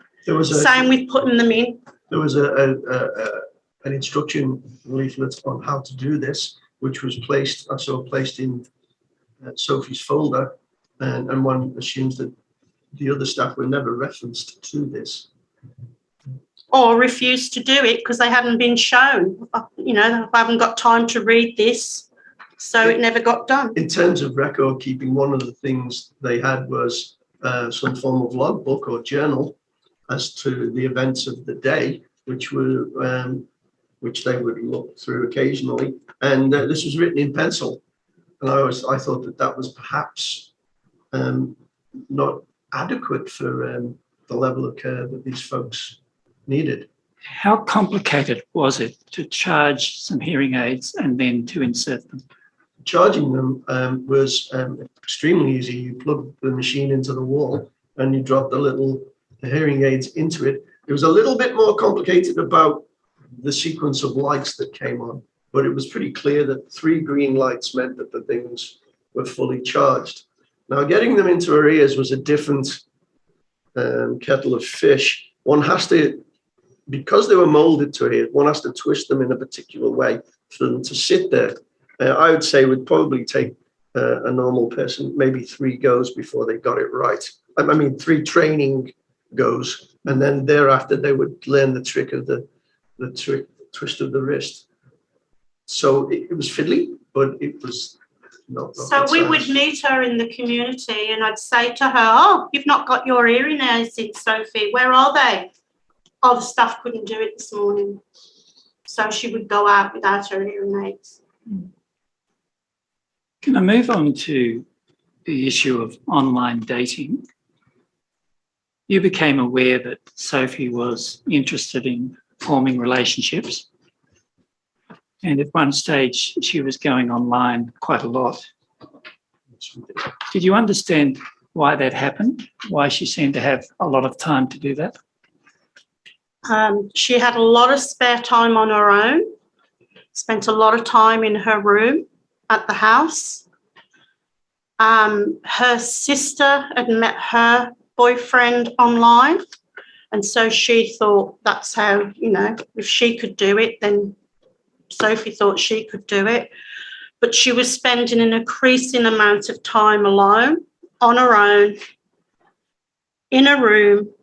And when she came and she spent some time at our house, we found that she was taking off to a room on her own. It became part of her pattern, was to go and spend time on her own, and she was on her phone. As far as you were aware, did staff know the extent to which she was going online? I don't think so at the beginning. I think it became more apparent as time went on, particularly as she started to meet people. And when the first guy came down to the house, I think they started to realise that she was getting on it more and more.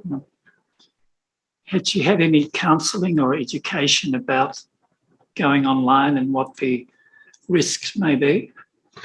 At Reading, they did the cyber safety course with her. And they had it as a group thing, so she didn't feel like it was just her, because at that time, a lot of them were getting on to dating lines, a lot of the young women or men.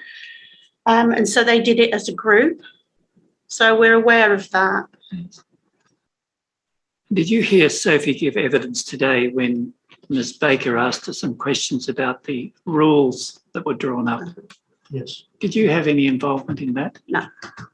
I don't recall seeing those rules. I do recall seeing those rules, and at the time, see, I'm affecting the position of a concerned parent, concerned father about their daughter, and issues around online dating. I'm very conflicted between the rights of an individual to have a full and wholesome life, and the concern of a parent for their daughter in general and their safety, but certainly a child who's vulnerable to the extent that Sophie is vulnerable. I'm very torn by this, and at that time, I sort of agreed to that the rules were good and sensible. Something had to be done. And at that time, I felt that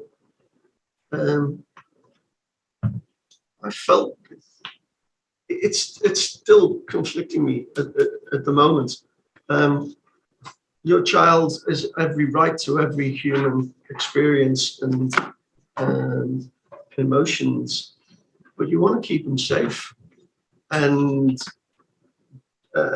hooking up with some guys on the internet and going to hotel rooms did not strike me at the time as safe, nor does it still. But I'm beginning to realize that those choices should lie with the individual, albeit we have to keep them safe. It's a terrible balancing act to have to pull off. Now, so in a sense, I was tacitly agreeing to the notion of rules put in place to protect her. But Greg, accepting the fact that one can never step back from being the dad, do you now realise that at some point you have to consult with other people as to what may be best for someone in Sophie's position? You mean in terms of sexual counsellors, yes, and the like? Yes, to an extent. I still have a view that a sexual life should be pursued through the auspice of a loving relationship in general. But the choice to not do that and have a full sexual life outside of a loving relationship is the choice of the individual. and certainly an adult, but one would still be concerned to look after the safety of the individual. So, yes, I take advice from. So did the rules to a certain extent provide you with some comfort from your perspective as dad? Well, it was misplaced because couldn't bring, Sophie could not bring gentlemen into a house, to her home. And the reasons were for issues of safety around virtually everybody else in the home, except Sophie. And this notion that she should go to motels for liaisons. The whole thing's replete with danger.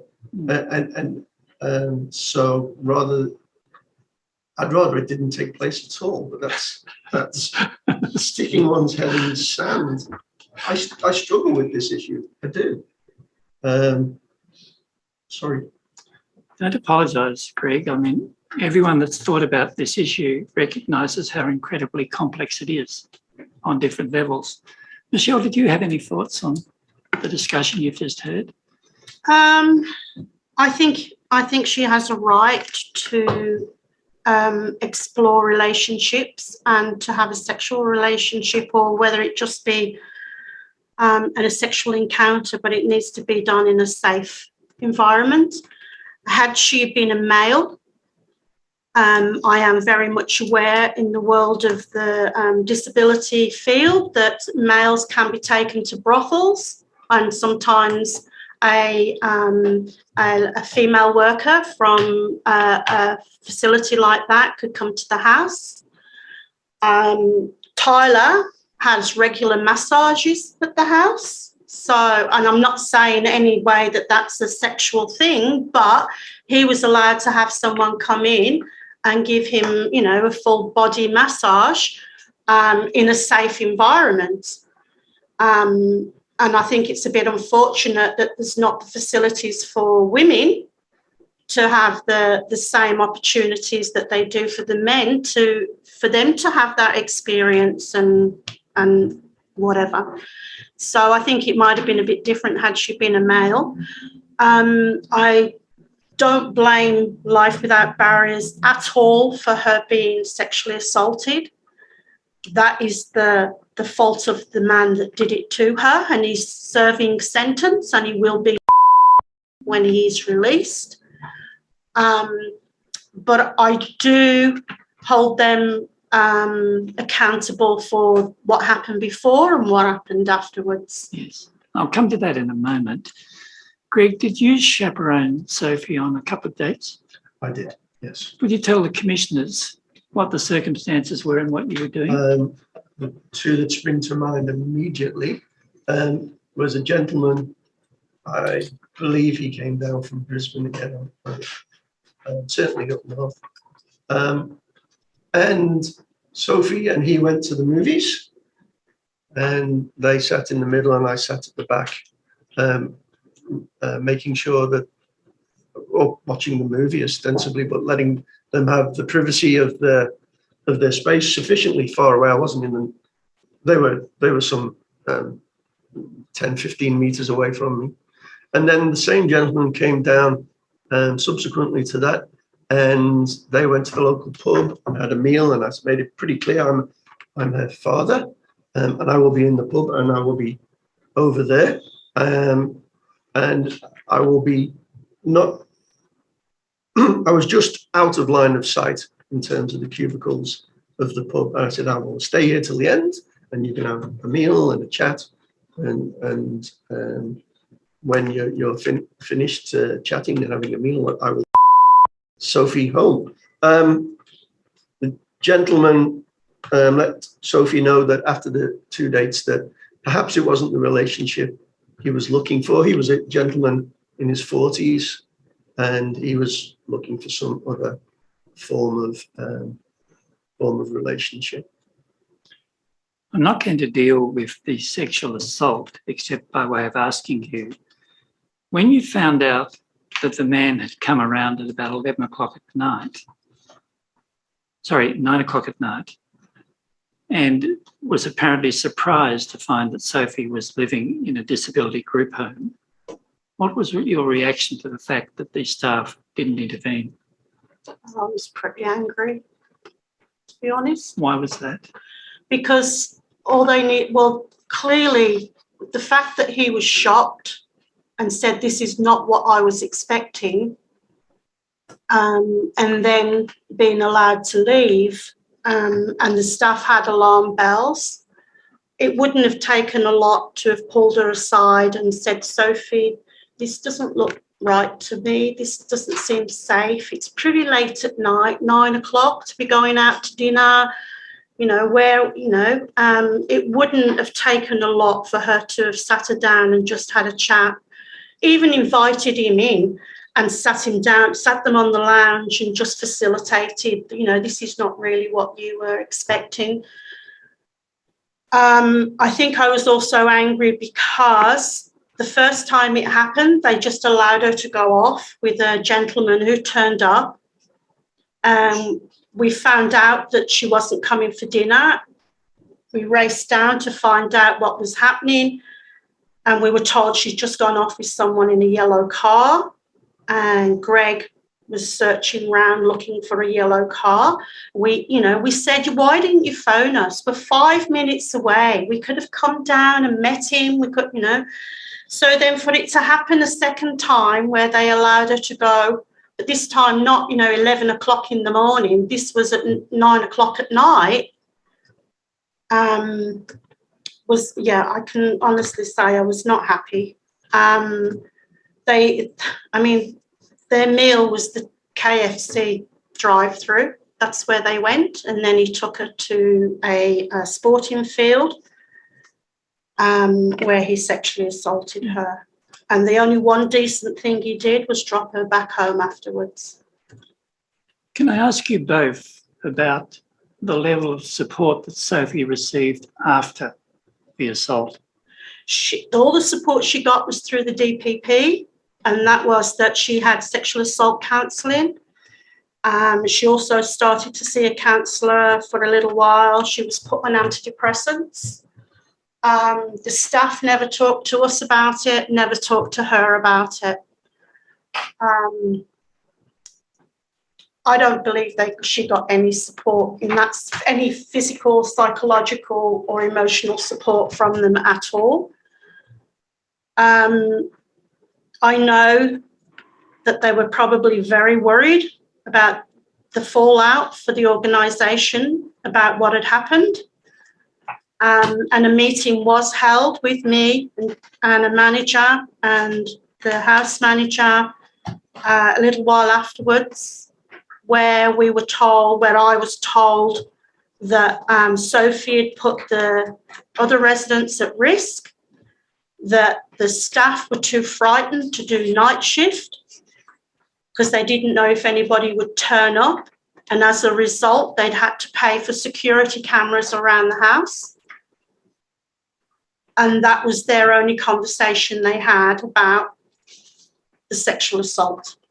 It's my feeling that the frontline staff, the ambience that we had with chatting, and that disappeared, and it seems to indicate to me that somebody had told somebody that maybe the cone of silence had come down over.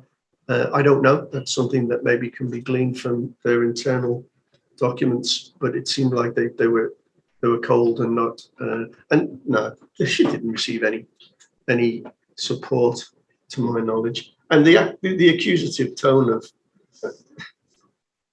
your daughter was sexually assaulted, and we had to pay to put cameras in. It's not the tone that I really didn't ask after her. Didn't say how is she. Or how are you as her parents, having gone through this? It was, she's put the other residents at risk. The staff don't want to work at night. We've had to pay for security cameras.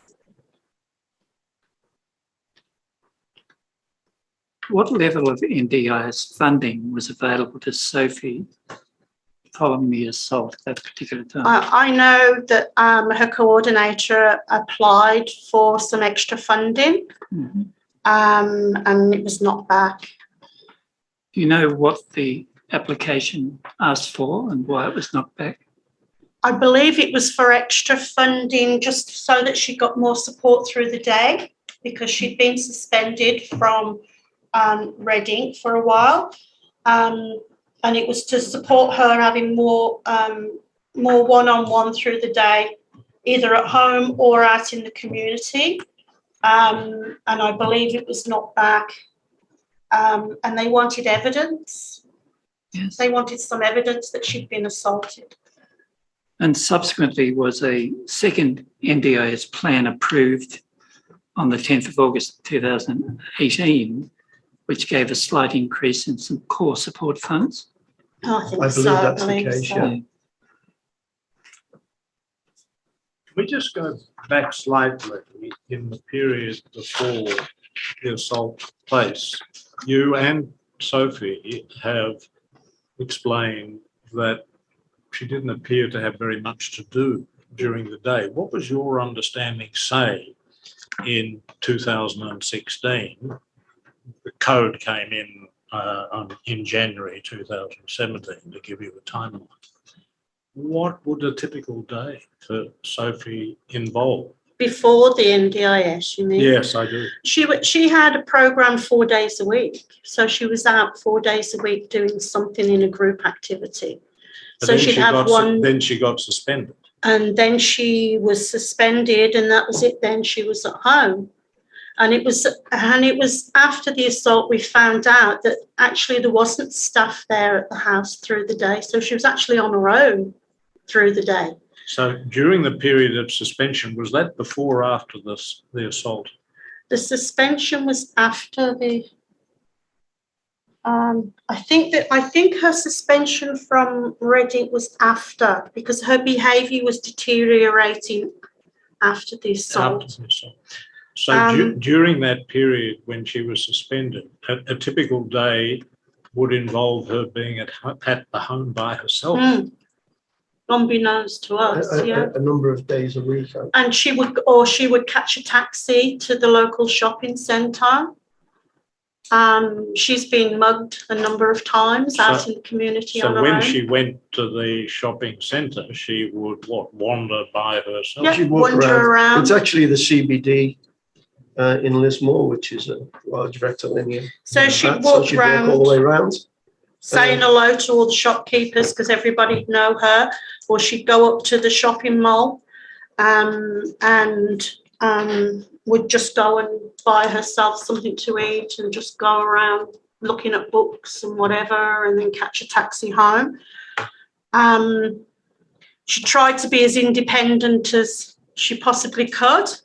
And this is an example of independence, is that if we was to say, before she learned how to get money out of the teller machine, we would say, okay, we'll help you do it. And she'd say, no, I don't need your help. Okay, so we'd walk away and then she'd ask a complete stranger who walked past to help her because she wanted to be seen independent. But she would just wander around. That's all she did. And then get a taxi back.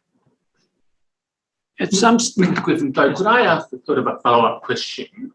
What do your observation about the staff in the group home, those two group homes, do you feel that they were not doing enough to support Sophie to develop, a capacity building, develop her own skills for work and independent living and so forth? Any observations? There was no, they weren't. Their focus, and because of their high needs, was on Natalie and Tyler. Because of their high needs, very little attention was actually given to Sophie. And when Sophie eventually was evicted and Life Without Barriers had to put her up in a place on her own until we could find accommodation for her, and they had the staff, they asked for volunteers from her staff who would be prepared to work with her. And one of them said to me, I am so happy to be doing this because at last I feel I can actually do something with her. Thank you. Did you make a complaint to the New South Wales Ombudsman about the quality of care Yes. LWB was providing to Sophie? Yes. The Commissioners, I believe at bundle A, tab 11, there is a document relevant to that. And I wonder whether it's possible to bring that document up.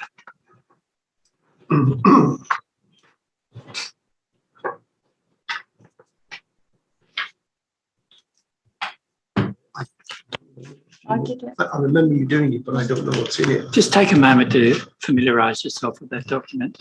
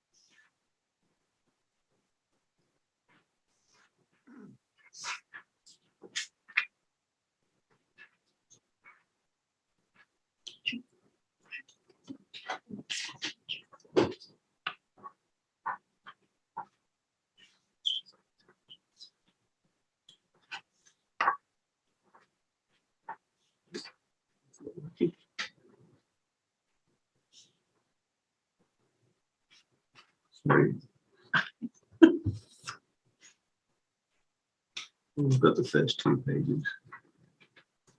It should be a 5-page letter. I mean, I remember it. In that letter to the Ombudsman dated the 18th of September 2017, did you attempt to set out in some detail the concerns you had?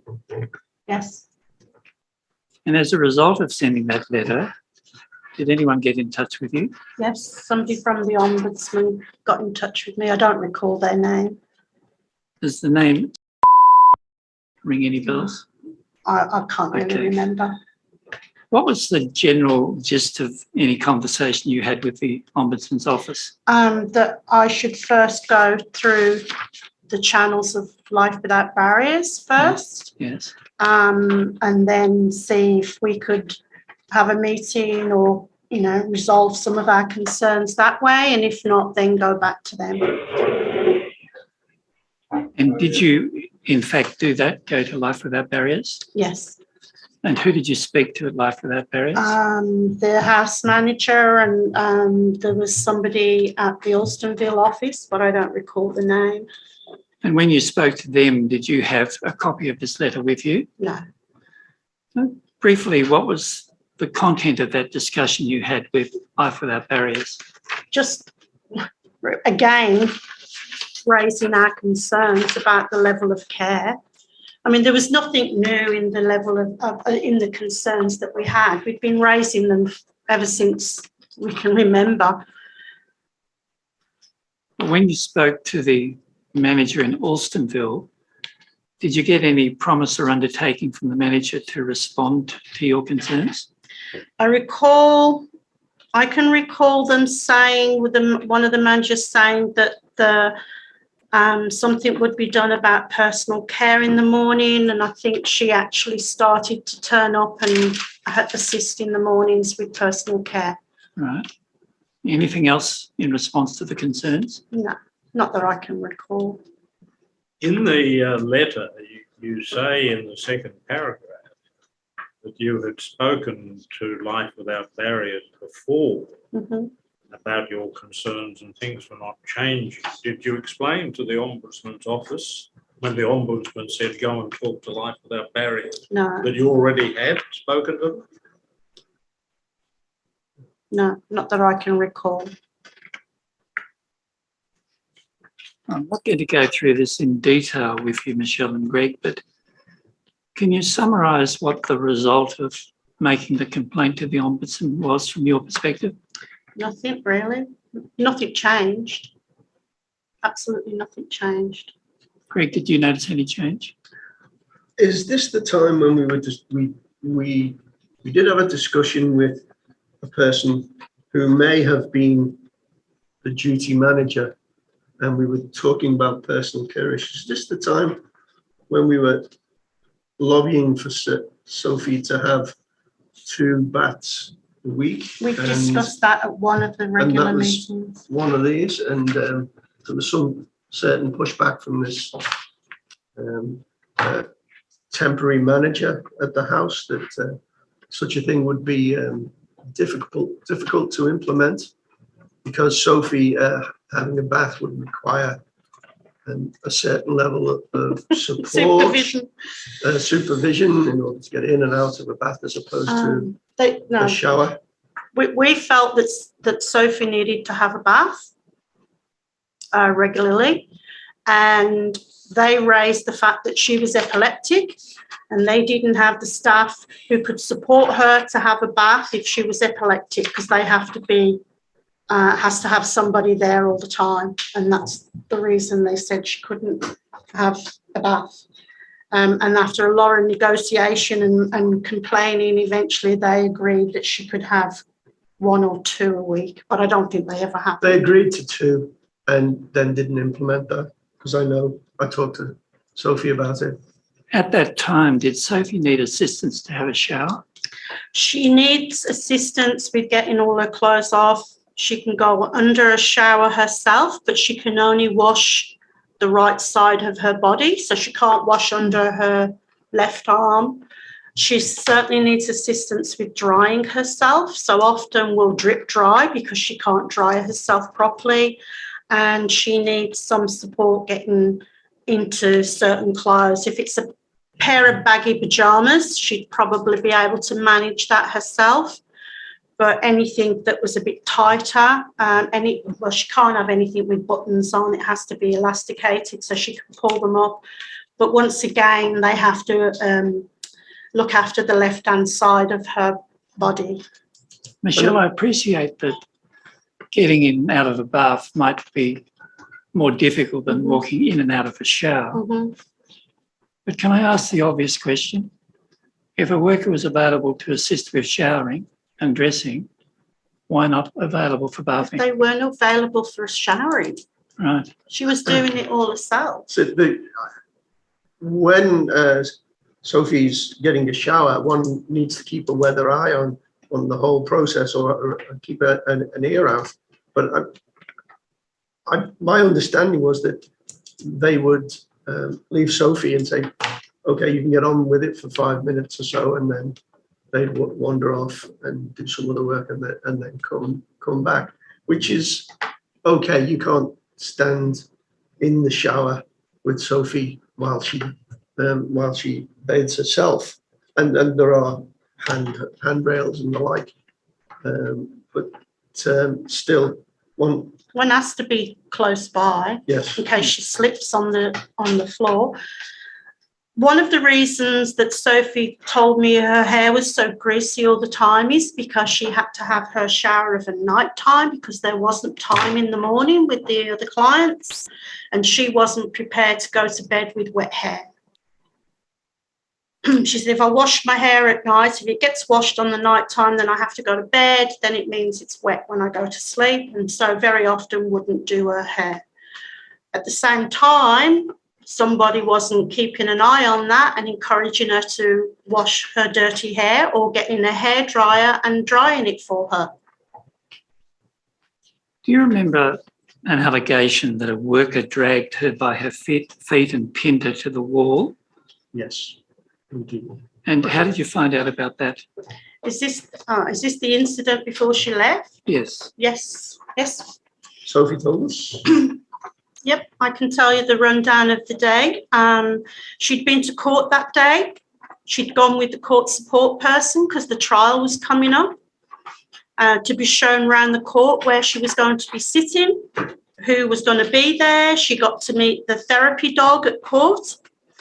Then after that, she went to the shops, went back home and went to the support worker and asked if she could talk to her. And she told Sophie that no, she was busy, and suggested she go and have a sleep. because she had karate that night. Sophie said that she'd said to the worker, I'm not having a sleep, I don't want to sleep, I want to talk, and she said no. Sophie then went down the corridor into the communal kitchen dining area and saw a bag on the table, which was an Aldi bag. They get their shopping from Woolworths, so she went to have a look.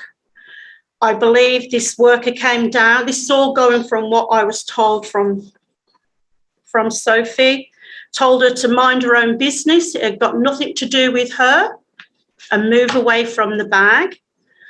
I believe there was some altercation whereby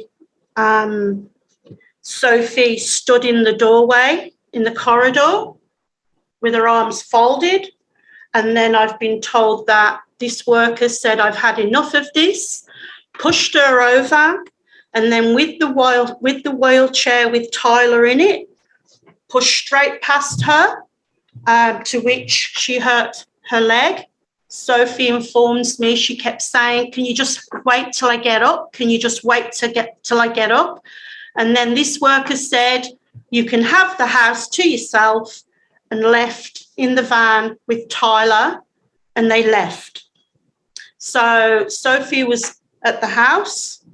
I then got a phone call at work from the manager at Life Without Barriers saying that Sophie was not coping very well with the court stuff and that she may need some supports. And is there any way that Greg could go and, because I was at work, any way Greg could go and pick her up and spend some time with her? Greg was sick in bed. He had flu or something. And I said, I will contact my daughter. So I contacted my daughter, who went straight round to the house, picked her up and took her out for a couple of hours. And they went and had a coffee. They went and looked around a few shops. Apparently, Sophie was fine. So my daughter dropped her back off at the house. Then the next thing I'm told is that I receive a call from Greg to say that Sophie's assaulted the staff, and it sounds like, there's a lot going on down there. I left work and went round. And when I got there, there was an ambulance there and there were the police officers there. And the ambulance was there to look at one of the staff's noses because Sophie had thumped her in the nose. Sophie was sat down the other end of the house, and I went down and sat next to her, and I asked her what had happened. And she said that she came back from going out. When she got there were two workers on, one from the morning and then another worker. And she said, I still want to talk to you. And she was told again that this worker was too busy. The other worker said, can I talk to you? To which Sophie said, no, I want to talk to the other one. Went to the office and tried to talk to her, was told to go away again. So Sophie actually went to punch or hit or kick or I don't know, but hurt the lady that had been telling her to go away all day. And then I am told by Sophie that the younger staff member got her and pinned her up against the wall, put her feet on Sophie's feet and held her hands down by her side. And Sophie tells me that she spat at this young worker. And when she released her hand to wipe her face, they both manhandled her, got her to the ground, dragged her by her feet into the laundry and shut the laundry door. And she says they locked it. I'm told when the investigation was done that there wasn't a lock on the door, so one of them must have been holding it shut. And so when I got there, the police were there finding out they'd called the police, and that was the events of that day. I understand that the incident occurred on the 26th of March 2019. Mm-hmm. It appears that a letter arrived 6 months later that advised you that the investigation had concluded that there was insufficient evidence of any wrongdoing by a worker. Yep. did you have any view about the conclusion reached by the investigation? Well, I mean, you know. It was certainly exactly what I expected. What we expected. But that there would be some form of words which said there's insufficient evidence for a case to answer. Now, Sophie eventually left the Lismore house. Mm-hmm. Did she do so of her own accord? No, or was she was told to leave. She was made to leave. So just before we leave that, to be clear, that was an investigation by By- without Barry. Yes. An internal investigation. Yes, and so they had an investigator who came to Lismore. I insisted that I sit with her, but was very much aware that I wasn't to interject or say anything. I was just there as a support person. She interviewed her, and my understanding is that she interviewed Tyler and the staff members, and they said there was insufficient evidence to say that that the staff had assaulted her, but she'd assaulted the staff. Commissioners, the letter reporting on the investigation is IND 0103.0001.0021, which can be found in the bundle at tab 37. Can I move on to the NDIS funding as it currently stands? Am I correct in saying it's increased very significantly from the earlier days? I don't know how much by, but she seems to be doing a lot more activities. And to your observation, Sophie seems to be doing much better now than she yes. was in this morning. Absolutely. In your respective statements at the end, you've made some comments about what you've learned from the experience of dealing with LWB and their care of Sophie. And can I take you to those one by one? Mm-hmm. Greg, you say communication between LWB employees needs to be improved. Yes. In what way? Well, I usually talk in terms of levels of communication in a hierarchical model, and those workers, the frontline workers, the communication between shifts and shift changes was either non-existent or paltry. The keeping of a logbook was not done in a sufficient way. Events and incidents were not always logged in this logbook, which was written in a pencil anyway. So communication between frontline workers on shift change was very poor. And Greg, is that a particular problem when you have a number of staff members who may be casual or agency staff workers? It is my belief that that's the case. Right. Also, there is, of course, a high turnover of staff in the sector, because it is not a very highly, certainly for frontline workers, it's not very highly paid, and certain elements of care of the disabled are not for everybody to undertake, and sometimes people find this out after a short while and say, this is not for me. And so there's a quick turnaround of staff right across the sector at that level. I also believe that the communications mechanisms between the levels is very poor. And although I can't give an example, I have vague memories of both Michelle and I giving information to frontline workers, having them give it to the managerial staff, and it not being passed on to other frontline workers, as it should be. And sometimes the communication between the middle rank management staff and the higher levels seems not to have taken place as well. So there's a communication failure, both horizontally and vertically in that organisation, and there are perfectly adequate models in the business community out there for doing better than that. Greg, did you also have a view about whether the Lismore houses were suitable for Sophie and her needs? Do you mean physically? Both physically, firstly, and secondly, in terms of the staff and the support. I don't think. And I should add into that whether or not the other residents were compatible. Okay, so my view is that the Lismore house, the physical nature of the house is perfectly adequate.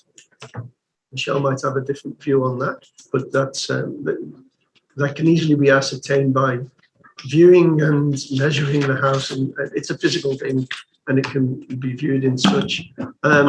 In terms of staff provision, in terms of the numbers, it's my belief that staff numbers, frontline staff numbers, were insufficient. It's my belief that those staff were insufficiently trained, and I'm not sure whether there was an ongoing training program there or not, but it's my understanding that there was not. So that's, I find that to be detrimental to Sophie's care. There is an issue around compatibility of clients, in the sense that the broad range of disability types and disability severity in the house would tend to indicate that a different mode of care is required for each of the clients, different mode and a different intensity of care is different. And the clients themselves were not compatible, in my opinion. Michelle, can I come to you? I think one of the things that you say is that we all should be aiming to minimise the possibility of any abuse or neglect. And in particular, you've made reference to more training around behaviour management plans. Can you explain to the commissioners what you mean by that? Well, there isn't any point in having a behaviour plan made up if the staff aren't going to follow it. So to me, that means they've not been trained in it, or they're not having regular updated training in the behaviour management plan.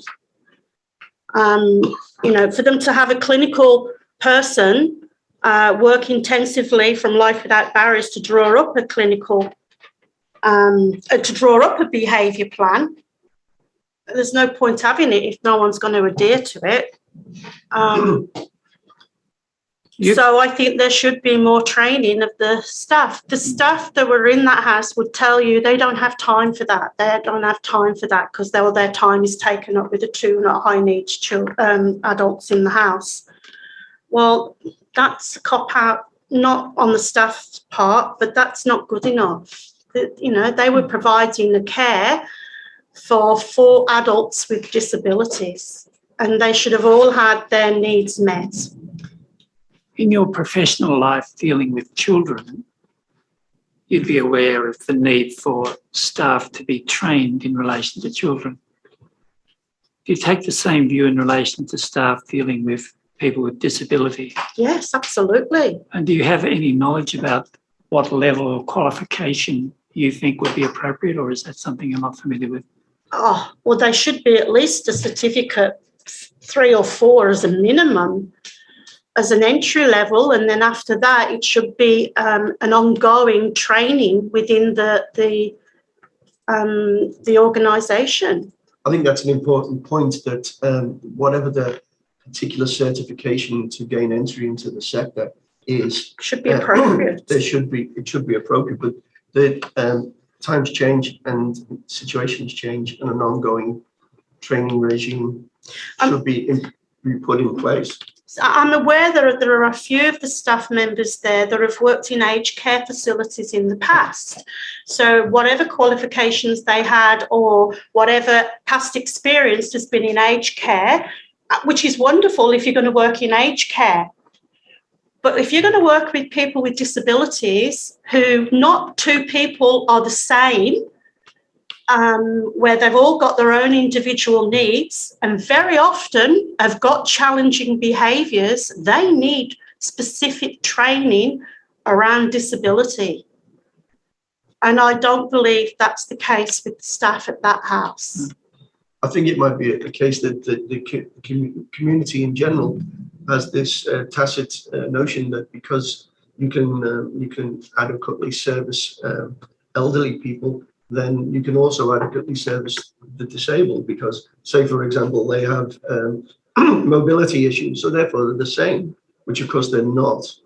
And that's society's problem, I think. Here's the point you're making in a nutshell, that skills are not transferable necessarily from one sector to the other. Absolutely. Absolutely. Finally, can I ask you both about the question of better communication between disability workers and families, based on your experience? Yes, we always found things out after the fact. There was never enough communication with us as a parent. And I think that there needs to be far more of that happening. We always found out things, well, most of the time we weren't told. You all watched I know it wasn't live stream, but you watched a DVD of a performance that the house put on.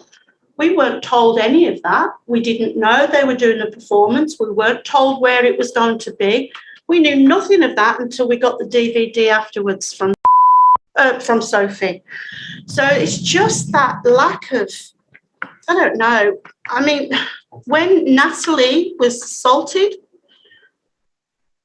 to this day, Life Without Barriers has never told us. We found out after the court case because Greg bumped into Natalie's mum in the street, who told us that they'd just been to court a little while ago because Natalie had been assaulted in the house. No one has ever spoken to us about that at all. And I think as parents, we have a right to know about that so that we could have at least asked our own daughter if she was okay. But there's this cone of silence they bring down, and I just don't think that's... I think they've got a duty of care. In terms of communication too, with conversations with a number of the managers at the homes, I got the impression, although I can perhaps not provide evidence for this, that oftentimes the house manager, there was an issue and the house manager was perhaps left on their own to deal with it. You're the manager, you deal with it, you'll get on with it. And that talks about the communication between the levels again. And the managers, the communication with families should perhaps best come from the manager, I suspect. And they were way busy all of the time. So I think they got left at sea often. Greg and Michelle, they're the questions I have for you. I'll now invite the chair of the commissioners to ask any questions that arise. Yeah. Is it okay if I ask the commissioners to ask you questions? I'll start with Commissioner McEwen. Do you have any questions of Greg or Michelle? No, thank you. I'll now ask Commissioner Galbally in Melbourne whether she has any questions. Commissioner Galbally, do you have any questions of Greg or Michelle? Yes, thank you for your evidence. I'd like to ask you about the place Sophie's in now. Sophie indicated that she was very happy with that place. And, you know, just to compare the two, is Sophie having as many meltdowns there? No, we haven't had one to our knowledge in all the time she's been in this house, nor have we had one to our knowledge since she's been at her day program, since she moved there a couple of years ago. Can I ask you not to mention the location? Oh, that's sorry. Okay. Oh, and so it sounds like it's as much about the house and the two. Do you think it's to do with two, having only two compared with four? I think there's a compatibility issue.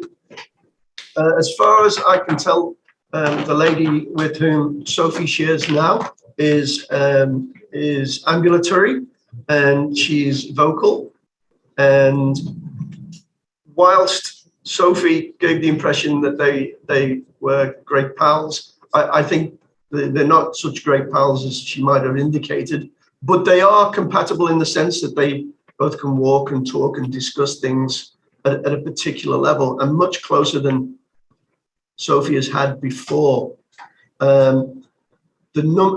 Could the house stand another? This is a house that can take 3 clients. And they have said that they were looking at possibly another person moving in, and that's been discussed with us.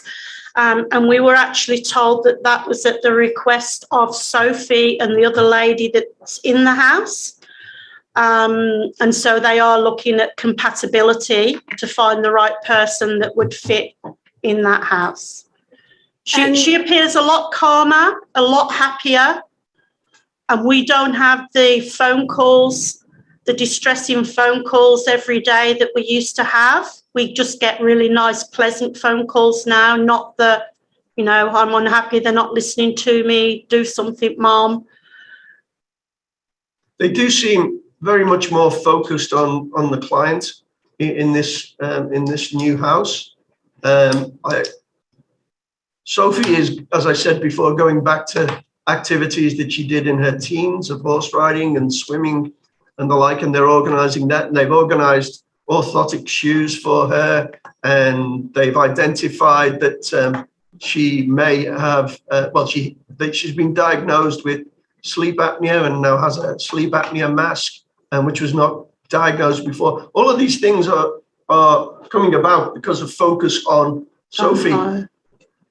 And they do seem to be wonderfully well focused upon her. And the organisation around that seems to have made Sophie's life very much better. And she's very, very happy there. Thank you. Thank you very much. Thank you. Sophie explained that she loves reading. Yeah, she does. And the thought occurred to me that with Sophie's love of reading, which appears to be very long-standing, that even when she had been suspended from her daycare, was it not readily available that something could be done for Sophie to use her reading skills in order to improve her skills in other areas? I'm not entirely clear how much she reads, but she does. She obviously reads loves a lot. reading. She likes to buy books and she likes to read books, and her room, God, is full of books. Several thousand. She'd Really? rather Oh yes, Several thousand books. 2,000 at least. And not just in her room, in boxes at our house. Yeah. I'd say we've got rid of something in the order of 500-600 books. And she's had a garage sale at one point, at the local car boot market, where she was able to sell off some of her books because she does love her books. So there was a great deal of joy in buying a book for her. No, I'm just wondering whether there could have been some, for example, a structured program of learning based upon her love of reading. When talked about reading as well, it's often the case that she doesn't fully read the whole book. Yeah, I understand. And when Sophie reads, her cognition of what she's reading is perhaps not as high as her reading ability. So she can read a great deal and then have some real questions around what it is that she's read. Hence, if you spend any time with Sophie, you'll notice, like this morning in waiting to come up here, we had a deep and meaningful conversation about stocks and shares and the relative price of currency around the world, which severely taxed my knowledge of economics. And so we've got to go now, Sophie. So she does do this sort of thing. We don't know just how much she picks up from And all reading. that time that she was spending on her own, she would have been reading as well as going on the internet. She said that. Well, thank you. Thank you. I just want to ask the representative of Life Without Yes, Barriers as to if whether they've there's got any questions. application to ask you any questions. Can I ask the representative of Life Without Barriers, who is? Ms. Mitchell. Ms. Mitchell-Moore, yes. Yes, Commissioner, I have no application to make. Thank you. Thank you, Ms. Mitchell-Moore.